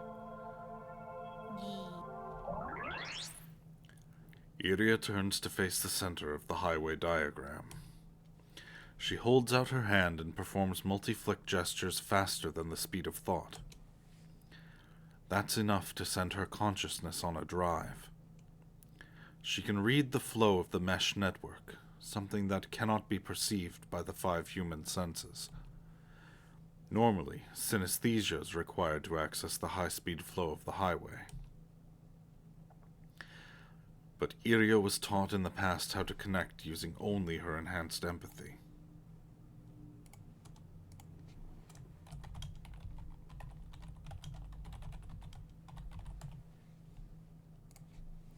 Who taught her, though? Her thoughts drift, and the rapid current of the highway threatens to sweep her consciousness away. She puts the question from her mind and focuses on driving.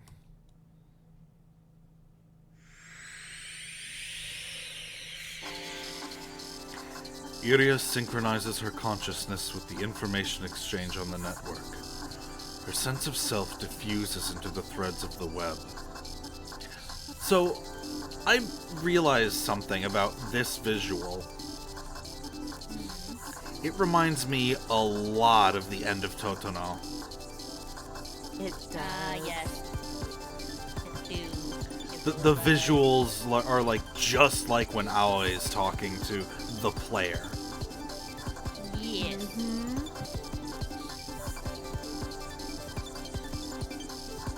Hot, spicy, Almost like the same person. itchy, heavy, bright.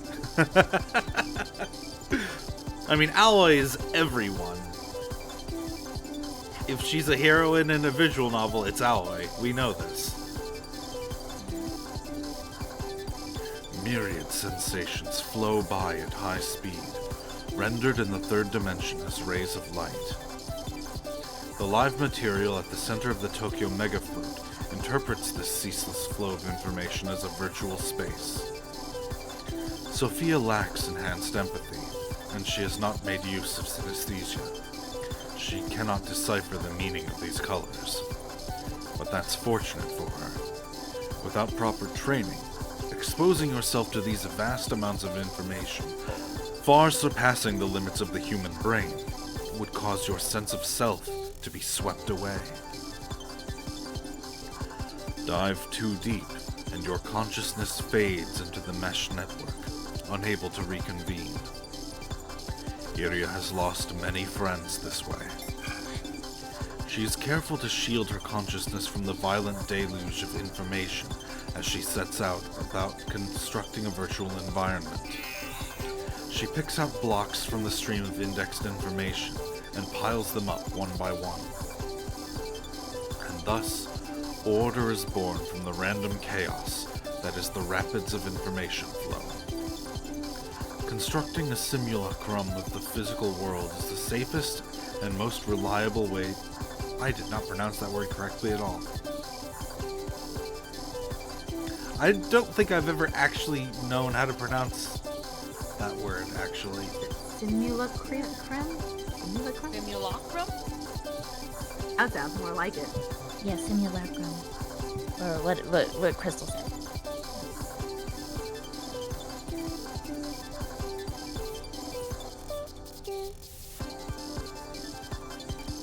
Simulacrum. Yeah, okay. Yes. Okay, let's, I'm gonna try that one again. Constructing a simulacrum of the physical world is the safest and most reliable way to interface with the highway for long periods of time. Create a space, shape it, color it, and with the flow of time, eventually,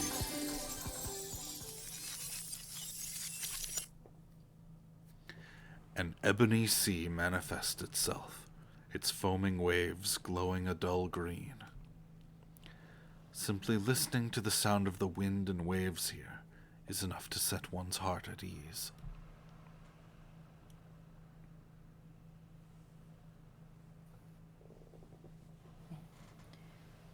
Midnight shores, I see.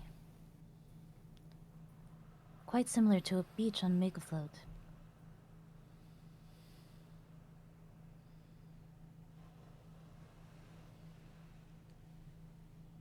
Yeah, I remodeled it after the one in the Ikuburuku CPC. Ikebukuro. Ikebukuro. Bukuro. Ikebukuro. Why do I struggle so much with these words. Luckily, unlike the Utawareru Mono stuff, Japanese names are much easier to take slowly and sound out. Yeah. Now let's I try. modeled it after Yeah, I remodeled it after the one in the Ikebukuro CPC. It's just modeled. It's not remodeled. Did I say remodeled? Both times, yes. Oh, man. Yeah, I modeled it after the one in Ikebukuro CPC. The Ikebukuro Child Protection Center was funded by Empire Energy Corp, and so its roof was modeled after the shore of the Tokyo Megafloat. Iria had always wanted to escape from the building and see the real midnight shores. To her, it was more than just an idle desire. The prospect of seeing that faraway beach was what sustained her, what gave her hope for the future. Why Midnight Shores? It's where we first met. I'm sure she'll... Huh? Sophia gasps when a figure suddenly appears.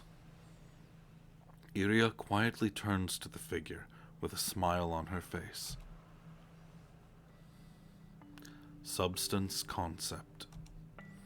The mysterious diva holding guerrilla gigs throughout the streets of Tokyo.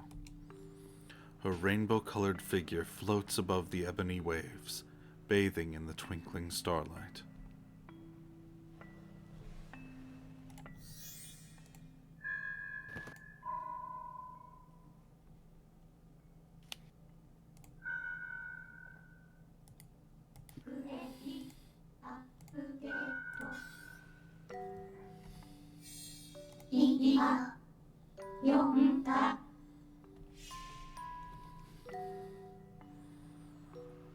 Yeah, and you called me out. Oh, sorry. Yeah, and you called out to me too, didn't you?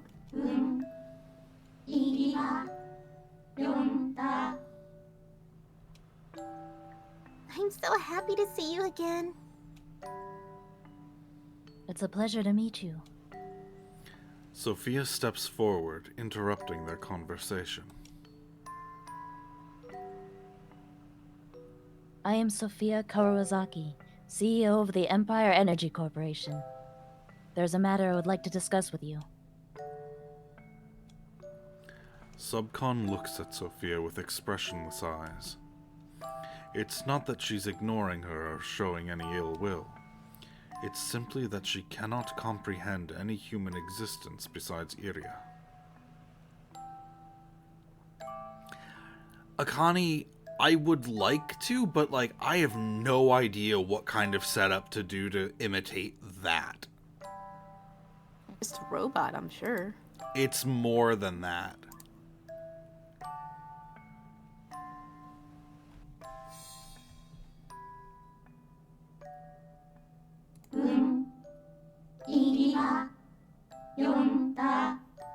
Like, I can't even pick out a human voice in that. We could just wing it. Like, I'm sure you and Wild has it already set up. I can just click on a robot and be like, hey. This would require a custom job, and I haven't had time to set one up because I was just planning on having Subcon voice herself. Oh, okay. Thematically, I think it makes sense as well. Yeah. Fine with me. I was gonna log into my voice mod, but it's being really stupid. I mean, if you want, I can, after stream, try to make a custom... we can workshop a custom one for her, and we can try it out. Okay.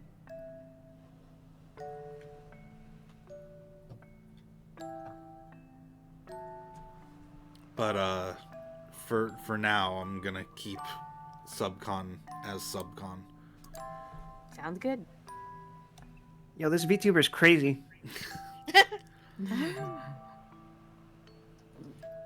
Yeah, move over, Kizuna Ai. The actual AI VTuber is here. Only Iria's enhanced empathy can bridge the gap between humans and Subcon. Do you understand?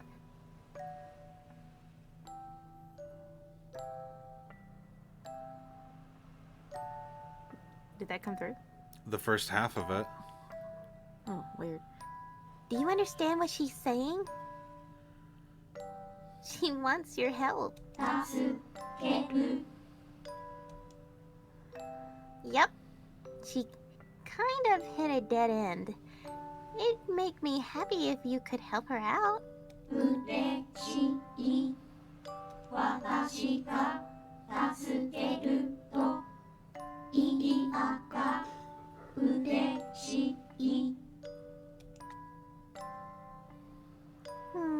Well... Subcon still doesn't know any humans besides Iria. She has yet to even grasp the concept of what humans are. She is still learning what role emotions play in interhuman interactions. If you help out, it'll make my friends happy. And if my friends are happy, I'm happy. And if I'm happy, I hope you'll be happy too, Subcon? The fluctuations in Subcon's emotional state are too subtle for normal humans to perceive. It's only thanks to her enhanced empathy that Iria can detect them.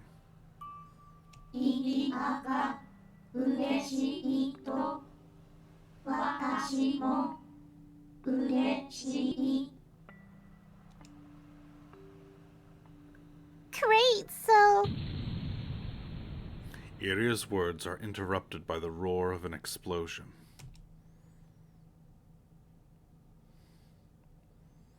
Humans are miserable piles of excuses, shatters martini glass.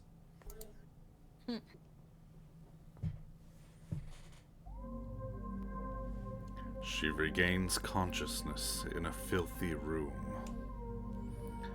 The camera slowly zooms out from an extreme close-up of her eyes.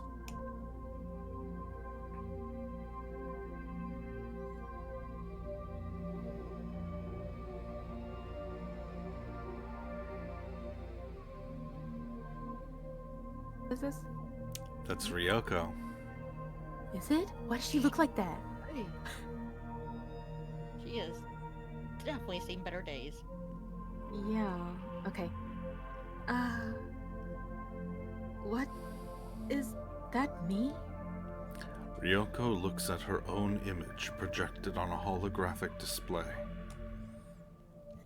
She can faintly make out the camera lens beyond her frightened face. She's being recorded. A profound sense of disgust runs through her immobilized body. What's happening to me?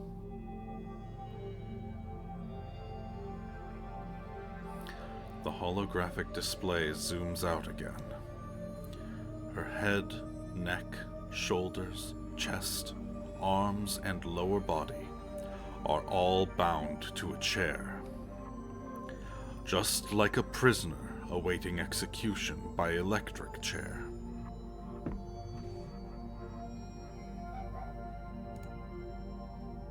Okay.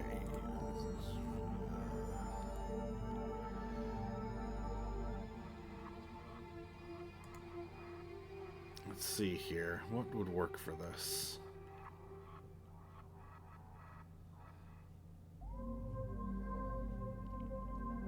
Wild, if you could find something faster than me. Find what?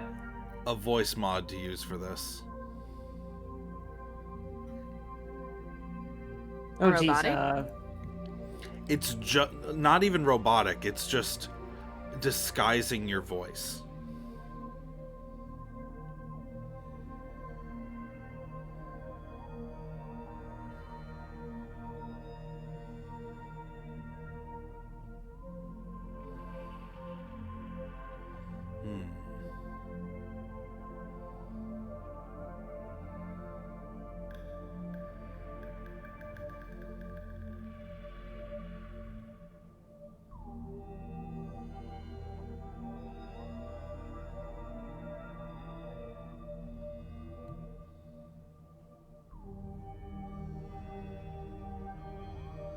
Let's see here.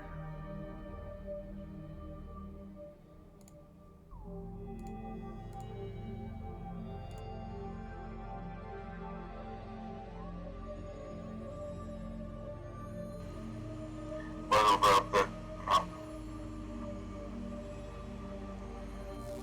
Maybe this one.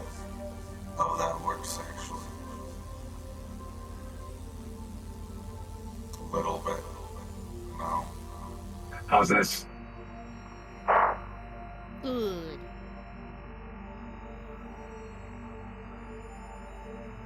No. Yeah, that sounds good to me. Sorry, I had to unmute everything. Yeah. He was testing his own voice. Yeah, that sounds... Maybe a little too robotic. It's not bad, but... Hey, do me a favor. In that voice, say, Domo arigato, Mr. Roboto. Domo arigato, Mr. Roboto. Okay, yeah, Yay! no. Okay, yeah, that works. That works perfectly. Hurrah. Which one is that? That's the doctor. The doctor.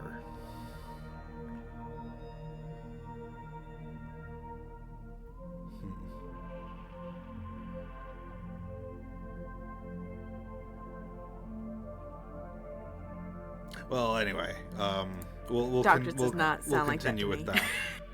that.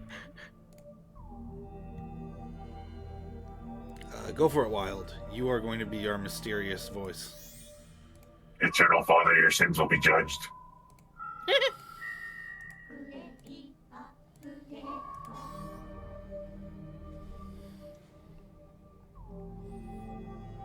Okay.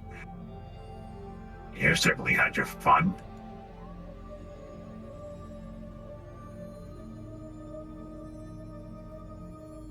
What are you talking about? It was fortunate that system reboot happened when it did.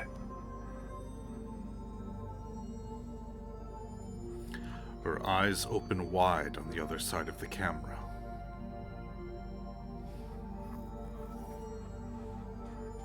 You must be a member of the laboratory. That's right. After Tokitaka repaired his weapon and got you outside, you... I suppose you find a sick sort of pleasure in devouring your subordinate's penis in the agency of your late husband. His tone is indifferent, as if he's simply reading off a report.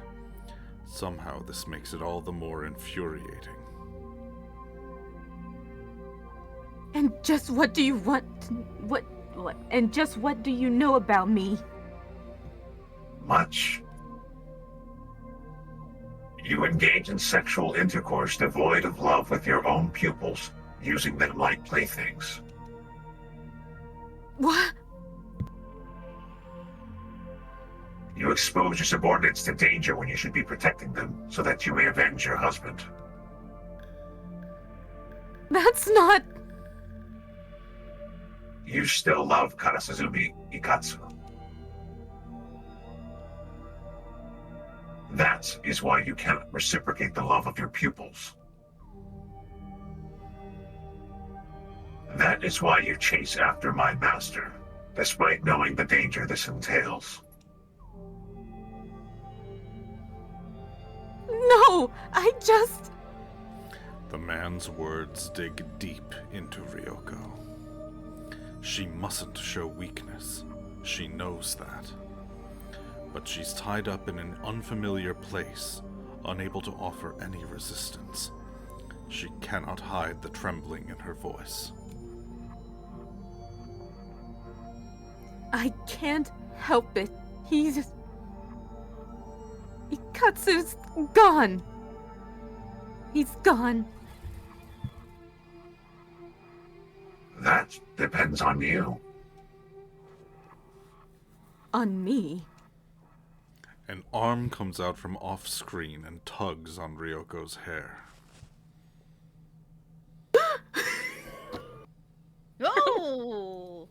I gave her the cancer. What are... Her hair slides right off, exposing her scalp. She looks like a completely different person, but without a doubt, it's Karasuzumi Ryoko herself. I made a few preparations while you were unconscious.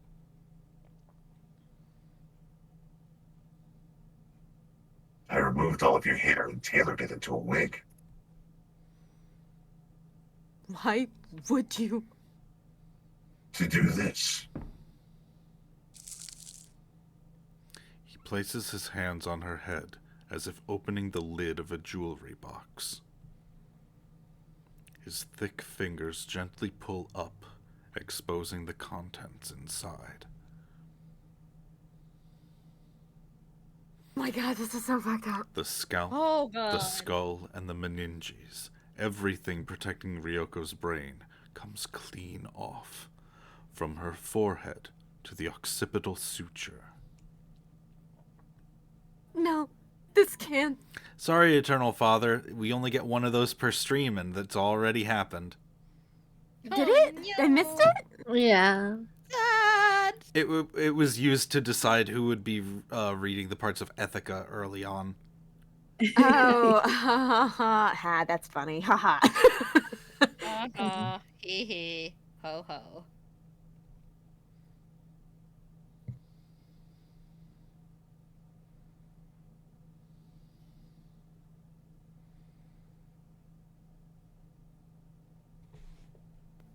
Wild. I should actually read the result. The brain cannot feel pain. The pain from the incisions is under control using local anesthetics. How does it feel inspecting your own brain in real time? Ryoko's eyes open wide as she stares in shock at the contents of her own head displayed on the monitor. Her brain pulsates, covered in a thin red ooze. The brain is normally protected by 3 meningeal layers, while I have protected any vital blood vessels with a special gel. The dura and arachnoid mater were removed with the upper portion of the skull, It's mater, by which the way. leaves the pia mater. This final meningeal layer is thin and clings to the brain, I shall excise it as necessary while I operate on the brain with a laser scalpel and micro machines. Now then. A cross-section view and 3D model of the brain are shown on screen. Below the cerebral cortex is a part of the brain resembling a bent finger. This is the hippocampus. Injury to the hippocampus and the temporal lobe can result in the inability to form new long-term memories. Upon damaging these areas, cauterizing the nerves will ensure that they cannot be surgically repaired. You will become a different person from who you were just moments ago. You will even forget that you were a different person. The laser scalpel thrusts at Ryoko's brain.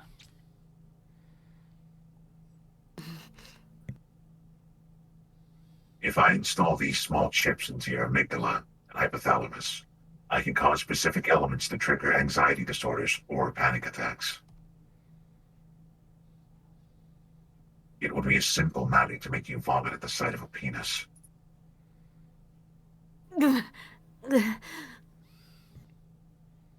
We could go for a simpler approach. You can be fully conscious but have no control over your body. Your ears can hear. Your eyes can see. You can form thoughts clearly, but you cannot move your body. A simple process. Just a few quick injuries to the brain, and it is done. If you're going to do something, then go ahead and try. Nothing you can do will make me forget what you did to him. Never. Ever. How about this? Surgical manipulators come in from the sides. The sharp metal tips move gracefully towards their target, like forks approaching a plate stacked with dessert. They push into the soft brain tissue and pull it open. Fluids leak as a small cavity is formed. At that moment, tears start spilling out of Ryoko's eyes. Huh? What? How can this be? This can't be happening. Why? This has to be an illusion, right? Ikatsu.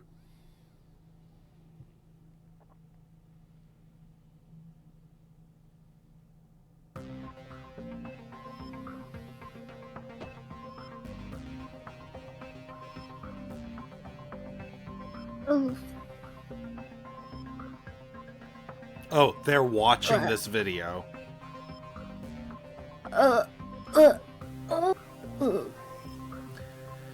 Captain Nagisa vomits, unable to hold it in.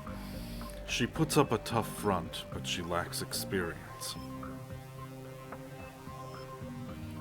If only I could have taken her to the rainforests of Malaysia, Major General Kibanohara Hokoyasu thinks to himself. She would have made a fine student. I'm gonna take Hokoyasu. Sure, why not? Captain Nagisa, I applaud your discovery. Oh, of course, sir. Thank you very much. After the battle at the Nihonbashi River, a holographic cube was recovered alongside part of a skull. Judging by where they were found, they had fallen from the roof of the old Yatsukoshi flagship store. Recorded on the holographic cube was a video of Karasuzumi Ryoko being tortured. The format was exactly the same as that of the video of the vice governor recovered from Tokyo Bay. Hokuyasu is now convinced he understands Milgram's true intentions. His conviction set, he calls out to the woman at his side. Come, Gijo.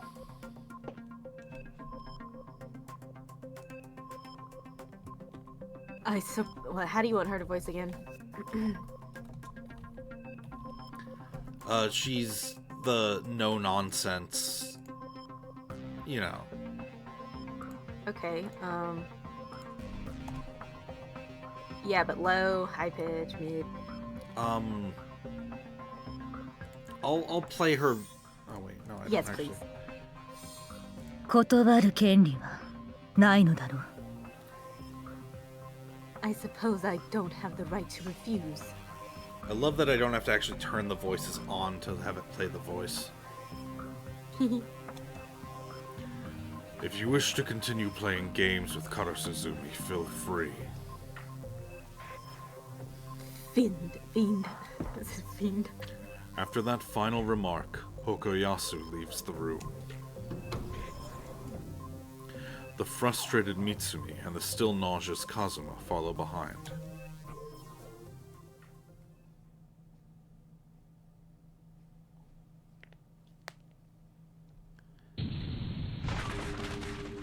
An explosion rings out the moment the needle starts sinking into my finger. The intense shockwave knocks both me and Yamanuma to the floor. The light from the surrounding buildings disappears, leaving the faint green light of the flexible veins the only source of illumination. What was that explosion? Was it Milgram? Here? In the Megafloat? With the advanced Aegis system providing complete protection from the outside world? Well, Eternal Father, that's basically what Ryoko is, except she secretly she misses her man.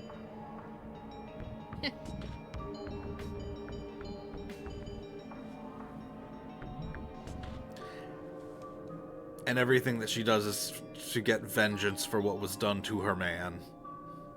Mm-hmm. Is that even possible? Ryoko? It's only when Tokitaka mutters that name that I realize something. Ryoko has vanished from the room. Did the explosion? Wait, no. I haven't seen her since Yamanuma first came into the room. Yamanuma draws his handgun and runs out of the room. We follow close behind. Dust drifts through the air. A scorched smell fills the area. The explosion seems to have happened in the room where we had an audience with Sophia Kawarazaki.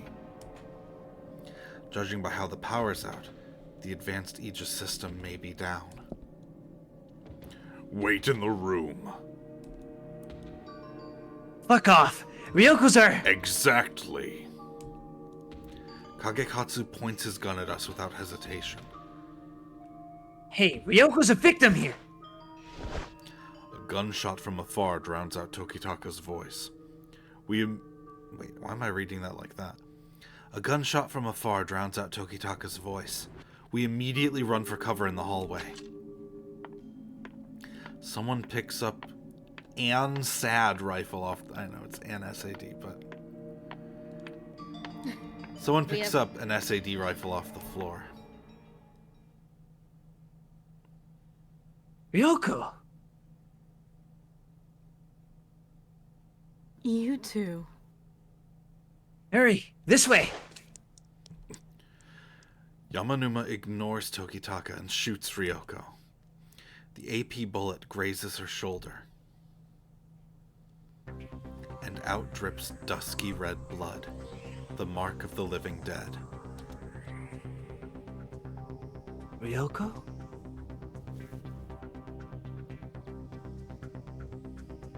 Tokitaka, this is an order. Please, kill me. Ryoko lets down her hair. Muzzle flashes light up the darkness. I leap to cover Tokitaka as he stands there dumbfounded. I feel a slight impact, but my bulletproof coat protects me. Yamanuma immediately returns fire. Ryoko's body takes countless bullets, dusky red blood spraying out of her wounds. Nevertheless, she continues to fire at us as she leaps into a flexible vein. Tokitaka slumps to the floor, unable to believe what he's just seen.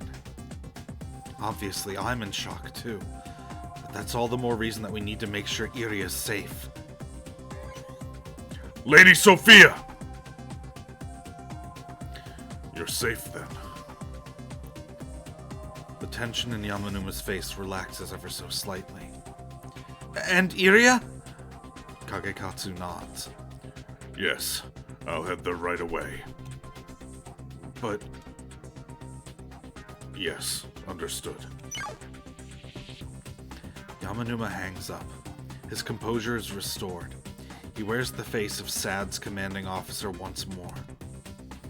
If Sophia and Iria are in the underground core, then we first need to ensure their safety. Once that's done, we can try to get a grasp of the situation.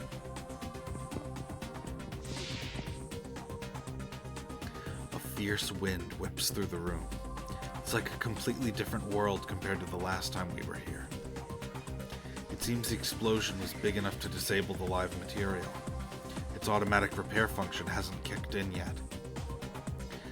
Near the entrance, a SAD soldier leans against the wall, half of his body blown off. His combat uniform is automatically stopping the bleeding, but his vital signs indicate it's only a matter of time before he dies.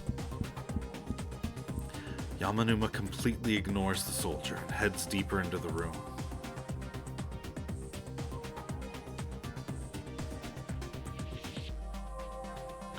I'm sorry.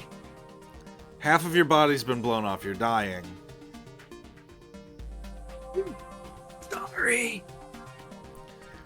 The SAD soldier mutters deliriously as he fades away. I stop to listen to him.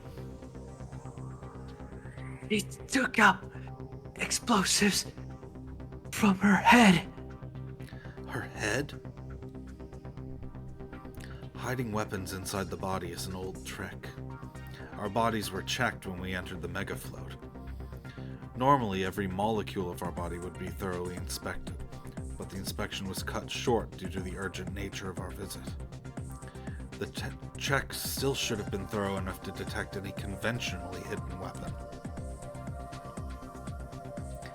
But inside the head isn't an item on the checklist. Even living dead require brains to function. For most necromancers, it's difficult to tamper with the brain while maintaining the living dead's functionality. No one outside of the laboratory would seriously consider such an option. I'm sorry. With those final words of regret, the SAD soldier's vital signs vanish. And in his place, Yamanuma returns. Electronic parts can be seen flying in all directions on the other side of the collapsed wall. Lady Sophia, power cannot be restored.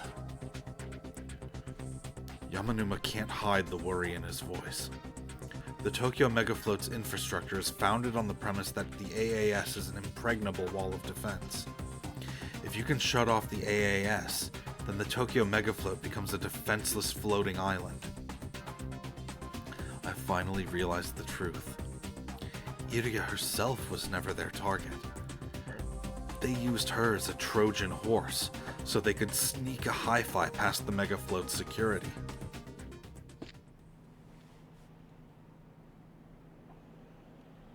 You planned all of this?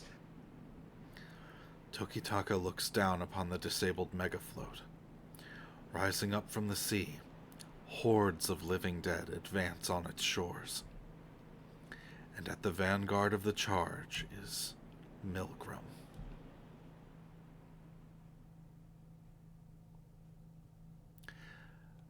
We still have 40 minutes left, but I would have loved to stop there. Oh, there's always time for another cliffhanger. I'm not cutting short 40 minutes early. We're going the rest of this. All right, let's go. The top floor of EEC headquarters explodes, spewing black smoke. Immediately, the surroundings go dark. I really had to keep myself from from saying the thing about Ryoko. Back when, you know, she did this. I mentioned that it was a little bit suspicious before about her appearing, but I decided not to say anything more than that. I mean, it was odd. Yeah. And then he gave the big hint about the cooking. We were like, oh my god, are they dead because everything's spicier than normal? But no, it couldn't be. Like, everyone, yeah, Tokitaka is like, oh, this is worse than usual, but, you know, the rest of everyone's like, no, it's fine. Yeah, the rest of the dead. Yeah, the people whose senses are dulled from being undead are like, yeah, no, this is fine. This is how I remember it. Meanwhile, the people who have regular taste buds are like, this is way too much. Like, the signs were always there. It's just... Yeah. I mean, it just sucks that she's been used as a tool and... Yeah. It was so cringe. And she had no idea that it had happened because he erased her long-term memory. Or ability to create long-term memory. Oh, so cringe.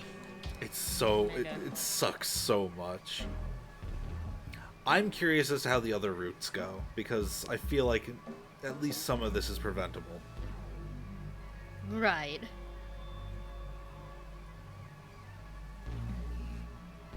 The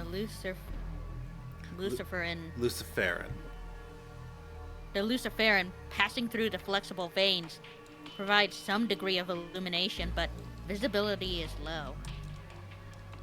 What happened?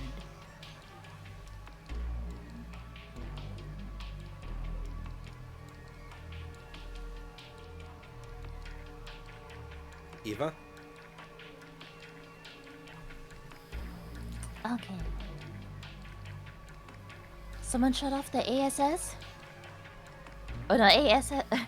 Not the ASS. The AAS? No, not the ass! On the ass! But Someone shut down the ass wasn't supposed to be able to quit. Oh my gosh, I love that Eva's a part of the team. Not just me now. Why? Who? What about Iria and the others? We need to go back. I nod and hop onto the return lane. Let's get in touch with Ryoko and see what's going on. No response. This is not good. No, I've got to keep it together. I'll call Soen. Ethica? Thank God. You guys okay? Please stay calm. I'll get right to the point. Ryoko's a living dead. She's the one who set off the explosion that disabled the AAS. My mind goes blank. You're kidding me, right? I know Ryoko. There's been no sign of anything out of the ordinary with her. But you're telling me she's a living dead too? Not just Soen? This must be some sort of sick joke. But I know better than anyone that Soen doesn't make jokes like this. We saw Milgram from here. He's heading towards the building. Milgram. Hearing that name snaps me back into reality. I empty my head of unnecessary thoughts. My purpose is to slay my opponents. Nothing more, nothing less. Roger. We'll head there.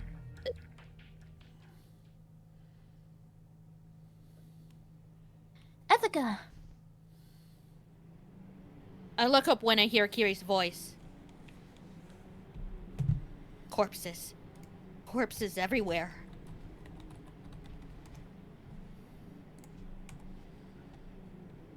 There's a dead energy elite laying on the conveyor belt, stabbed through the chest.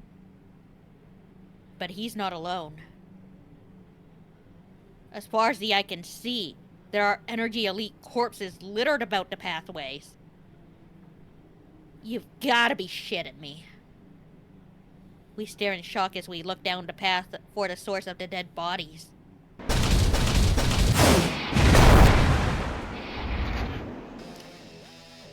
A grotesque man-horse hybrid gallops towards us from afar.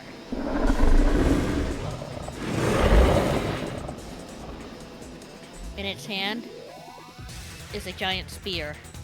And it's no ordinary spear, let me tell you. The design is nuts. It's got what looks like 2 rifles attached to it to the backside. I gotta admit, I kinda like it though. Is that one of Milgrim's hi-fi living dead? Probably. That's Kiri. Oh, that's me? Oh. Okay, sorry. It's just, there's Oh no, other way around. Yeah. Oh, Oh, is that one of Milgrim's hi-fi living dead? probably.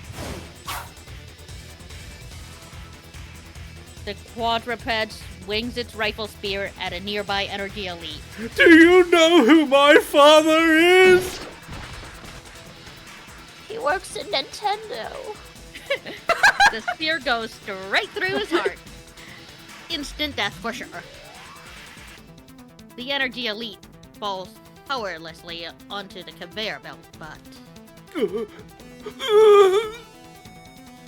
He's alive? no.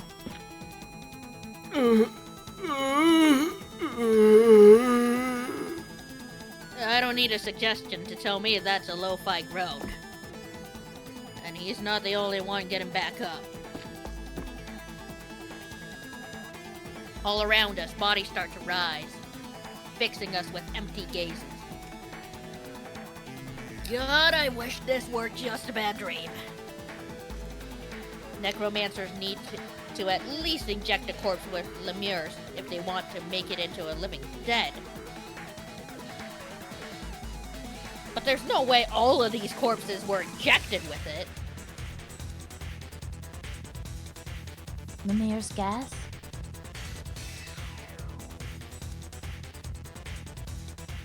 The Hi-Fi's torso has been modified into a gas plant.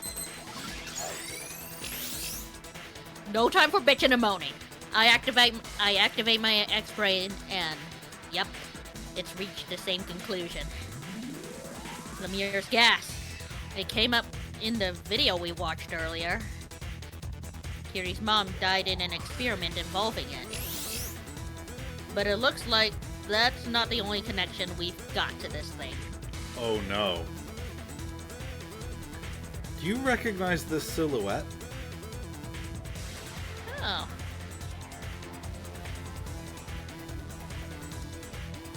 Give me a fucking break!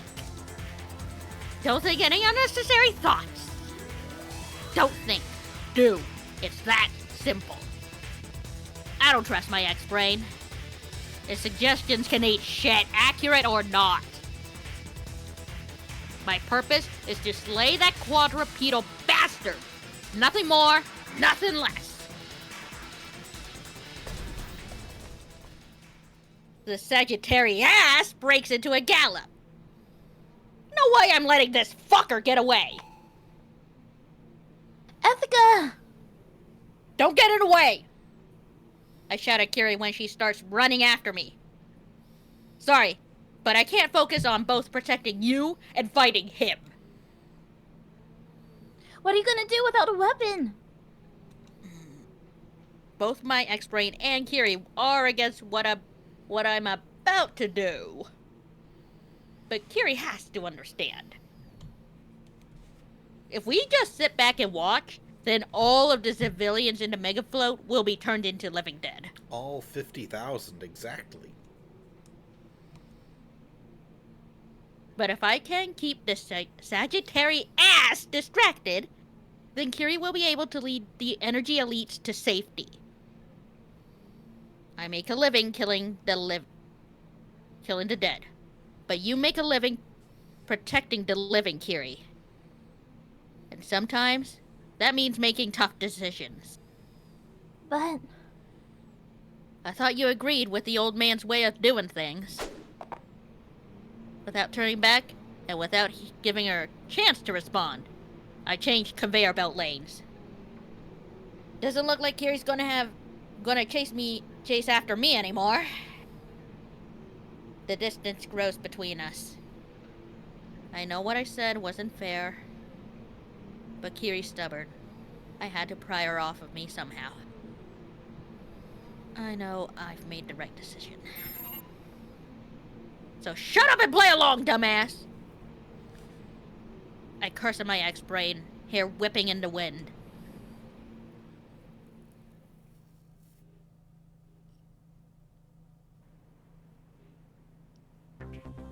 Ethica cuts out mid-conversation, and in her place, I hear Major Aso's voice instead. As per her request, I add Yamanuma and Sophia to the channel. the Hi-Fi is using Lemuria's gas. The streets are overflowing with ghouls. Lemur's gas. Please evacuate the citizens. Milgram's capture takes priority. We don't have the manpower to devote to evacuation Please! Yamanuma briefly falls silent. Without the assistance of the AAS, it's impossible to evacuate every citizen. There's not enough time to organize. We'll use the military police's all-purpose simple strategy support software. Major Aso immediately sends the program over. It's a cross-platform and it runs on minimal specs. It has independent detective facilities, so interference shouldn't matter.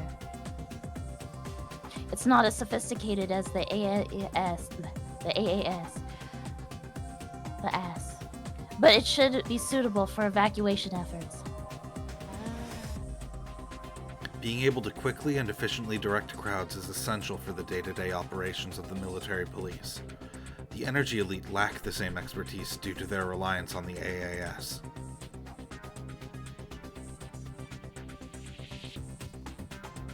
We request your help in leading the evacuation. Yes, ma'am. Major Aso replies without hesitation, but Yamanuma objects. Milgram is no ordinary opponent. We need the manpower to deal with. You have it right there.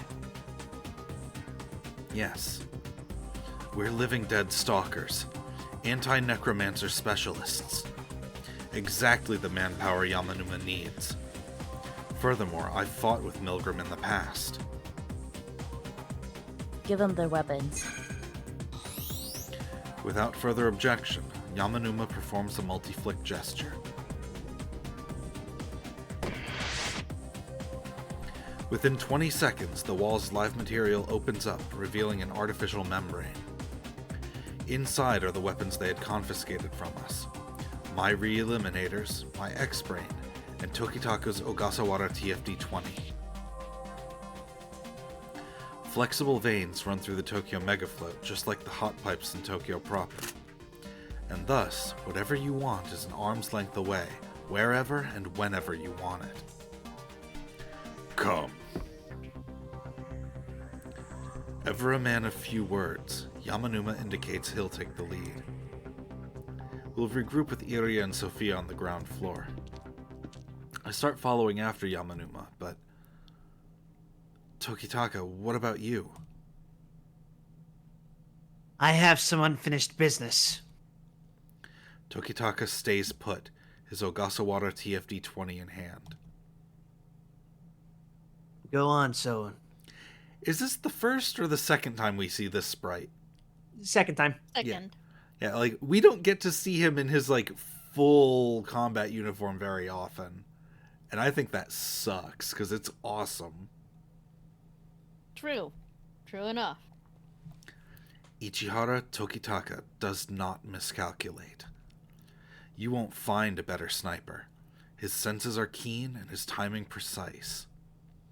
If he's decided to stay back, then that's the optimal plan of action. I trust him.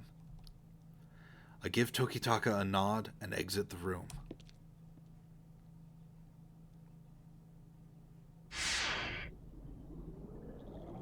I board an elevator with the surviving SAD members. It's obvious simply from the way they carry themselves that they're highly trained elites.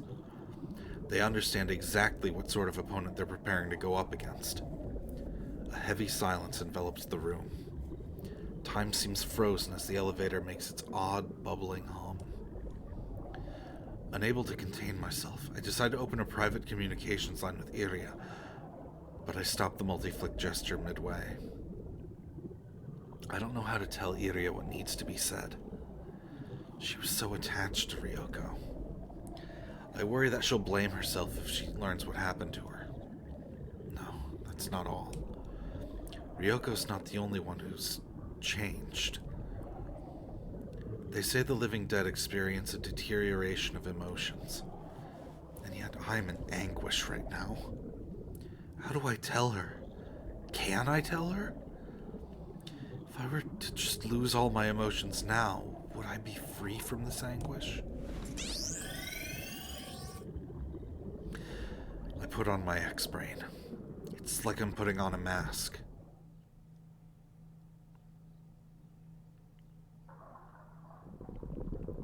The elevator stops at a different place than when we first came here. Live material is a type of smart material, so it can freely change its shape in response to electric stimulus. Hence the flexible and flexible vein. We wait for the order to charge. I can hear living dead rampaging on the other side of the wall. You stay quiet and watch. You'll only disrupt our coordination. Yamanuma's tone is firm. He opens the wall with a multi-flick gesture. Muzzle flashes light up the dim lobby. Waiting there is a large group of heavily armed living dead. There's some tank-class living dead mixed in too. 10 living dead in total. On our side, there are 8 SAD members, including Kagekatsu. It's roughly 1 versus 1. Honestly discouraging matchup. But the SAD members are capable. Even without the support of the AAS, they move in unison like cells of a singular organism. Conversely, the movements of the living dead are by no means coordinated. They simply point their guns at anything that moves and fire without thinking. In any other environment, that would suffice. It should be impossible for a living human to dodge a barrage of bullets shot by a hi-fi remodeled for combat.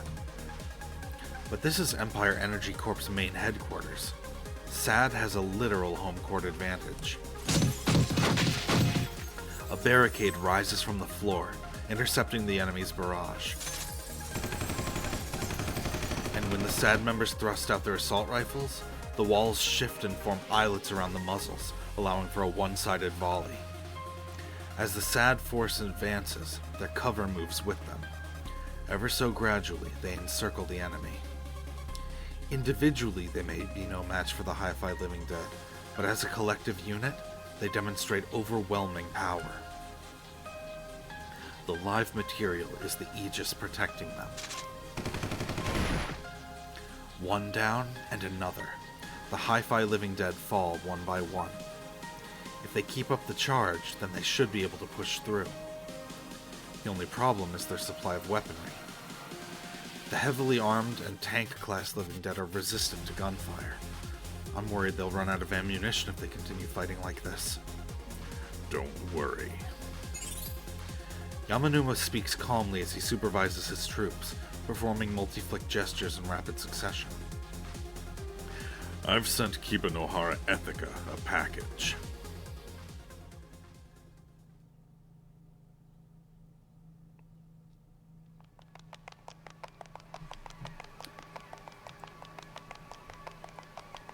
I break out into a mad dash. as I chased after the Sagittarius. While that bastard's got a mobility advantage thanks to its forelegs, I've got the moving walkways and the support of my X-brain, which seems to have given up on spamming alert. Is there something going on with your environment, Crystal? You're not coming through as clearly as you were before. Odd. I was hearing Crystal fine, but I don't know. It wasn't coming through super clearly on my end. Okay. Yeah, she was crystal clear on my end. Oh, alright. It wasn't on mine Look at either. this. Maybe it's just me and I hate to rely on this thing, but the situation calls for it. Alright, it's clear now. I'd rather not try to navigate the convoluted mess that is the Mega Float without its help. I leap off the conveyor belt and reach what appears to be a park. One problem. I've got no weapons. Not even I'm crazy enough to fight that thing empty-handed. Is there anything around me that even resembles a weapon? Hey, I'm kind of busy here.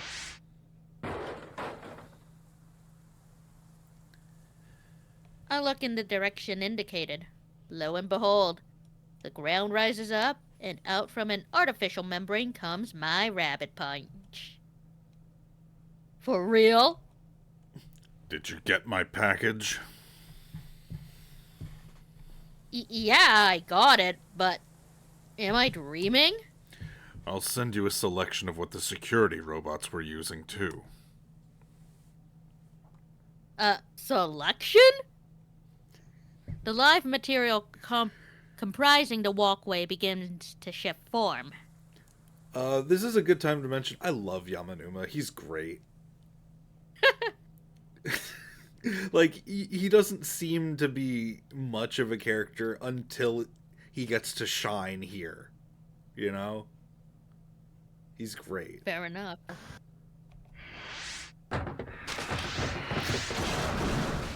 Happy birthday, Ethica. And out comes assault rifles, grenade launchers, shotguns, anti-tank guns, anti-material rifles, etc., etc. So, like, he just sent me a weapon buffet via the flexible veins? Holy shit, I'm drooling at all these juicy options. I hate that bastard's guts, but credit where credit is due. Nice, Yamanuma. I shoulder the nearest anti-tank missile launcher and bask in its glorious weight. Okay, let's do this. I take aim at the Sagittarius. Ready? Fire! A back blast spits out of the launcher as the optic and infrared guided missile flies out.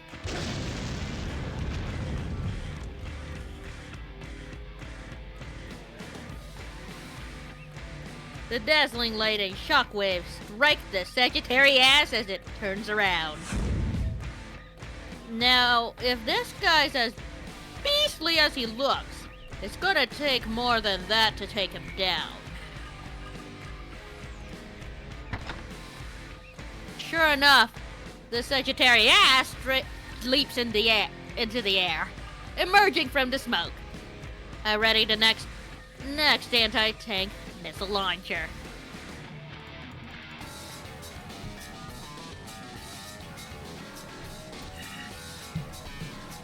One and done. Fire away! Hip hip hooray! I fired a second missile at the hi-fi as it's defenseless in midair, unable to rein its bearings. Bam! The Sagittarius tries to curl up and dodge the attack, but with a body like that, curling up can only do so much.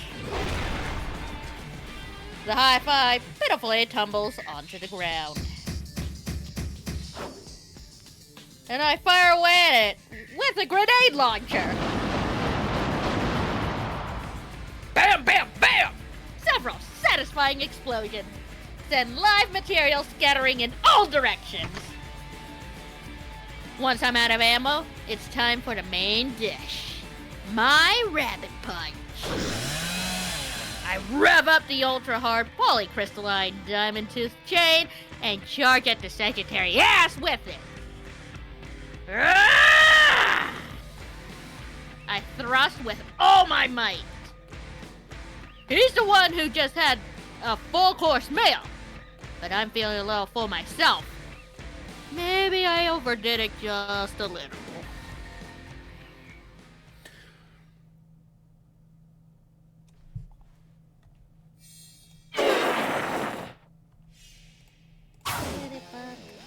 What?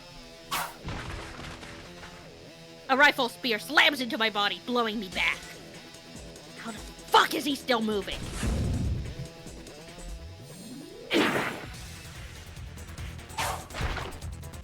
More than just moving, too. The Sagittarius rushes in and stabs me in the shoulder with its bayonet. I can feel it stab deep. It got that far through my bulletproof coat? Holy shit! As I struggle to pull it out, the Sagittarius brandishes its spear and hurls it at the kebab away. At the kebab. Holy shit. I tumble onto the live material pavement and crash into a tree on the side of the road before I can stop myself.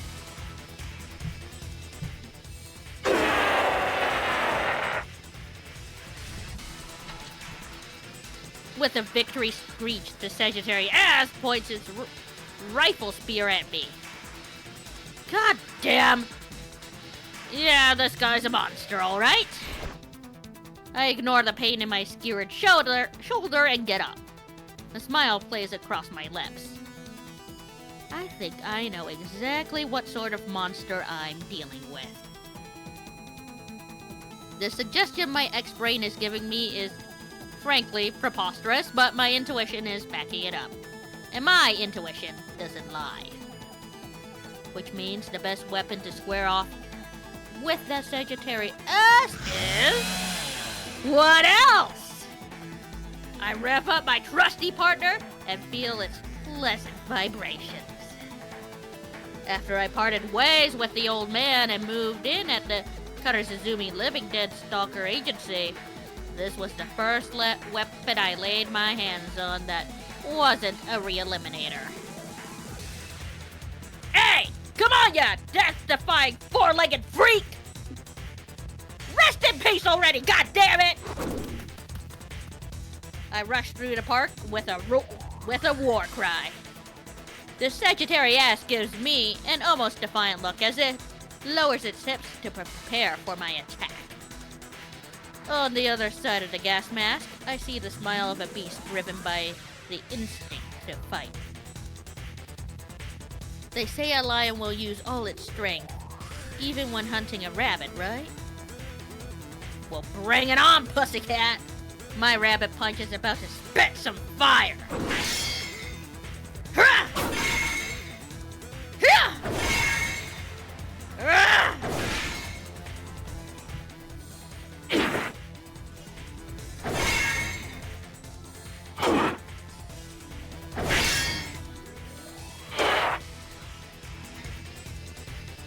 Sparks fly as Rabbit Punch and the spear clash.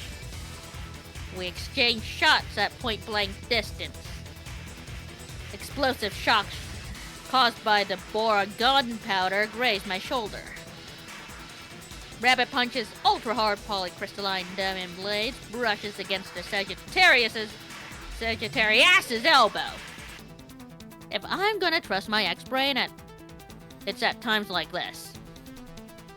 I don't use re-eliminators, but CQAMA forms the basis of my melee fighting style. Neither of us have lethal wounds. And in fact, I'm getting pushed back here. But this feels pretty great. I like it. Brings me back. But I'm no longer little Attica who always gets beat.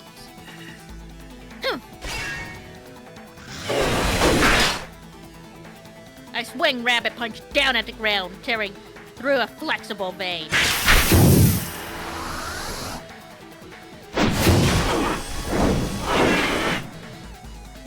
Sending me soaring into the air with the spewing liquid.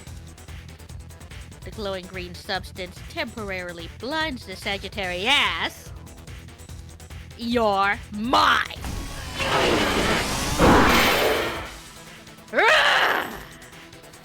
As the Sagittarius starts bucking like a rodeo bull, I grab a hold of his torso with my thighs and hammer Rabbit Punch into the back of his head. In a flash, the ultra-hard polycrystalline diamond teeth bite through his armor. She sure does love saying the full thing. Ultra hard polycrystalline diamond teeth, huh? I told you, I'm a little stronger now.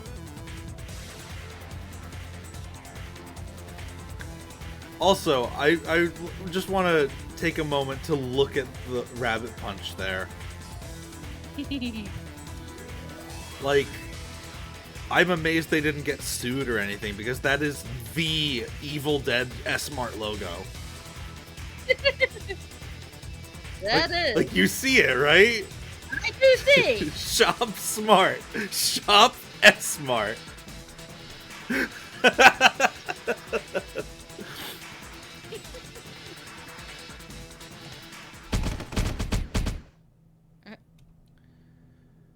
Bullets fly at my body from an unexpected direction.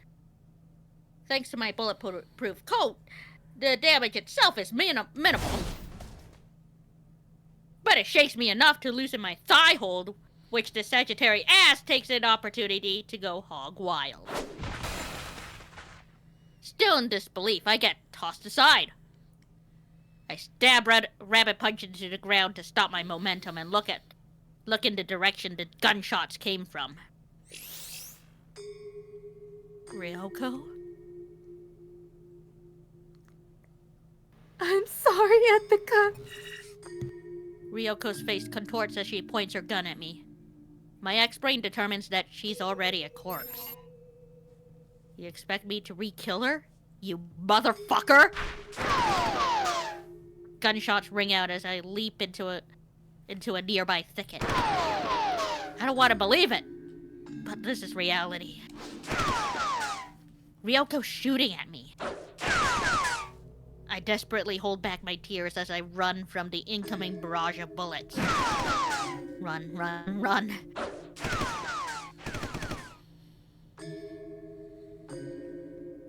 Eventually, the gunfire stops.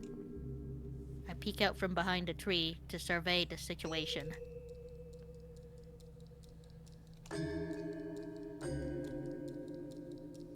Ryoko and the Sagittarius quietly face each other. The emotion in Ryoko's gaze is not that of a living dead. Looks like these shitty fucking glasses were right. The Sagittarius picks up Ryoko and runs off with her in its arms. I can't chase after them. If anyone can take those two on, it's... Tokitaka, you hear me? The prey is all yours.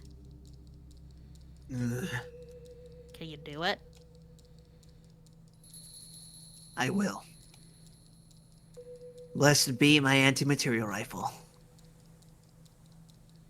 We'll find out soon enough whether or not he can shoot. I'm counting on you, Tokitaka. The ground suddenly starts to shake, interrupting my prayers. An earthquake? Oh no, as if! We're floating in the ocean, hence mega float? An earthquake wouldn't shake us, would it? I try to connect my con read to check what's going on, but I'm taken aback by the sight before my eyes. The gentle green glow of the liquid in the flexible veins has become an unsettling deep red. Would you call it dusky red? The liquid leaks out here and there, making it look like the whole town's bleeding. Now that I get a better look, the white walls of the buildings in the distance are crumbling, with several buildings starting to slant. Ah, shit. I pick up a call on my Conry without checking who it's from.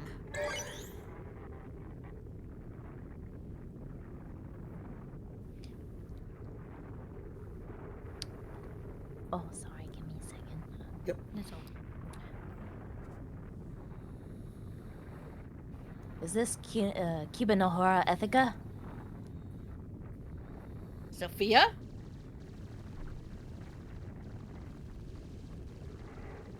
It's a call from none other than the administrator of the collapsing megafloat, and in the background of the call, I can hear some intense gunfire. There's something I would like you to deliver. And that's where we're gonna call it. Perfect timing. Yeah, the last thing we needed to see was the live material apparently injected with lemures becoming undead material, yeah? Oh no. No.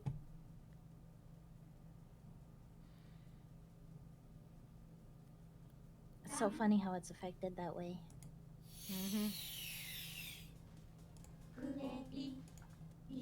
I mean, you could kind of see that it was building up to that. From the instant it was like, yeah, it's self-propagating, it's like a living thing with all the flexible veins, and the entire time on my first read through, I'm like, oh no. Oh no. Like, part of me's going like, oh, that's really cool, and then I'm like, wait, no, hang on. Halt! Wait. What fascinating tech to spec into in a world where you know necromancy exists. Very. I mean, I assume they didn't realize that, or they wouldn't even think that lemures could do that. I mean, They fair. were like, what could go wrong? Because they didn't really look at it as a living thing. It's just a material, right? Right. It feels like Sophia's the only one who actually had any idea what it really, considering that she was trying to make it be a body for Subcon, which is on its own fucking wild to think about. Yeah.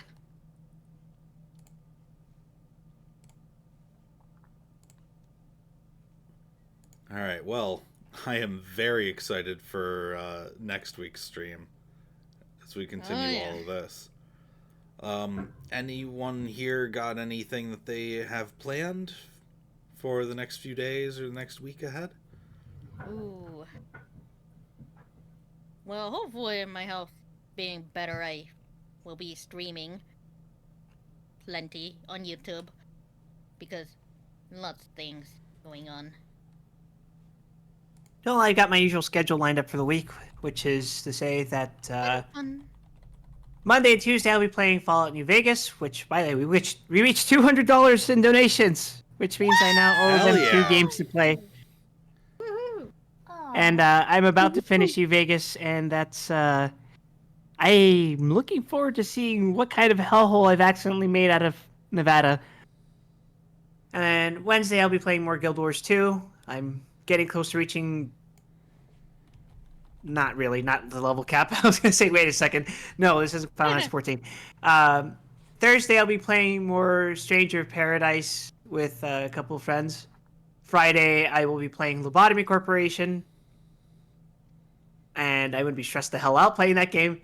And then Saturday, I will be playing the current Zenless Zone Zero content. So, yeah, that's my week lined up. That's a lot of week. Yeah, that's a lot of streaming. Sure is. I'm just, I have my own schedule.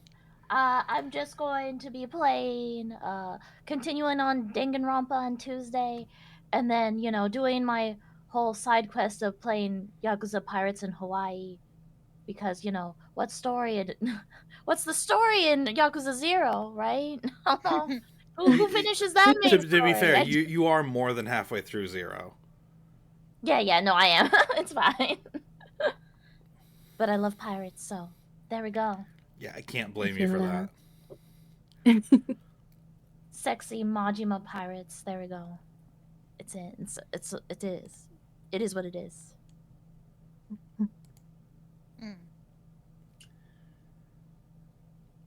All right, and Momo, you got anything lined up? Oh yeah, we're playing Me Side tomorrow for the first time as like a birthday celebration thing. And Nier Automata on Tuesday and Thursday, and Paper Mario on Saturday. Heck yeah. So excited. Again, I wish I could show up to your streams more than just like 10 minutes before I start work. That goes for all of you who start streaming when I'm at work.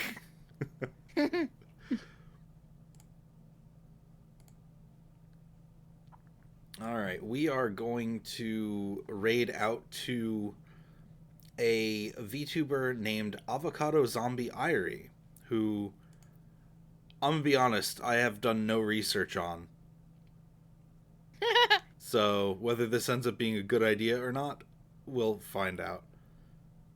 I'm sure it's fine. They are playing Strinova, and apparently they're going to maybe be playing Dead Island 2 later. So, Fun. Going from something with the Living Dead to something with the Living Dead, right? Fair enough. Alright. Let's give them a good old library raid, so get those ready. Yee.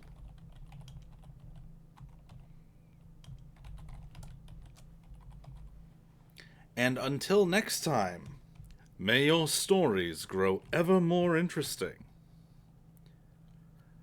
I just remembered that I have to say that I'm probably going to be streaming tomorrow, unless something bad happens. Hopefully that won't happen. Anything bad, I mean. It you know, nothing bad as in like me forgetting or having all of the errands to run, like I did last week. I'll be continuing Killer 7. If any of you guys are free and want to help voice things, like last time, feel free. Alright. See you all later. Farewell. Bye bye. Pyeong pyeong. I love the pyong pyong.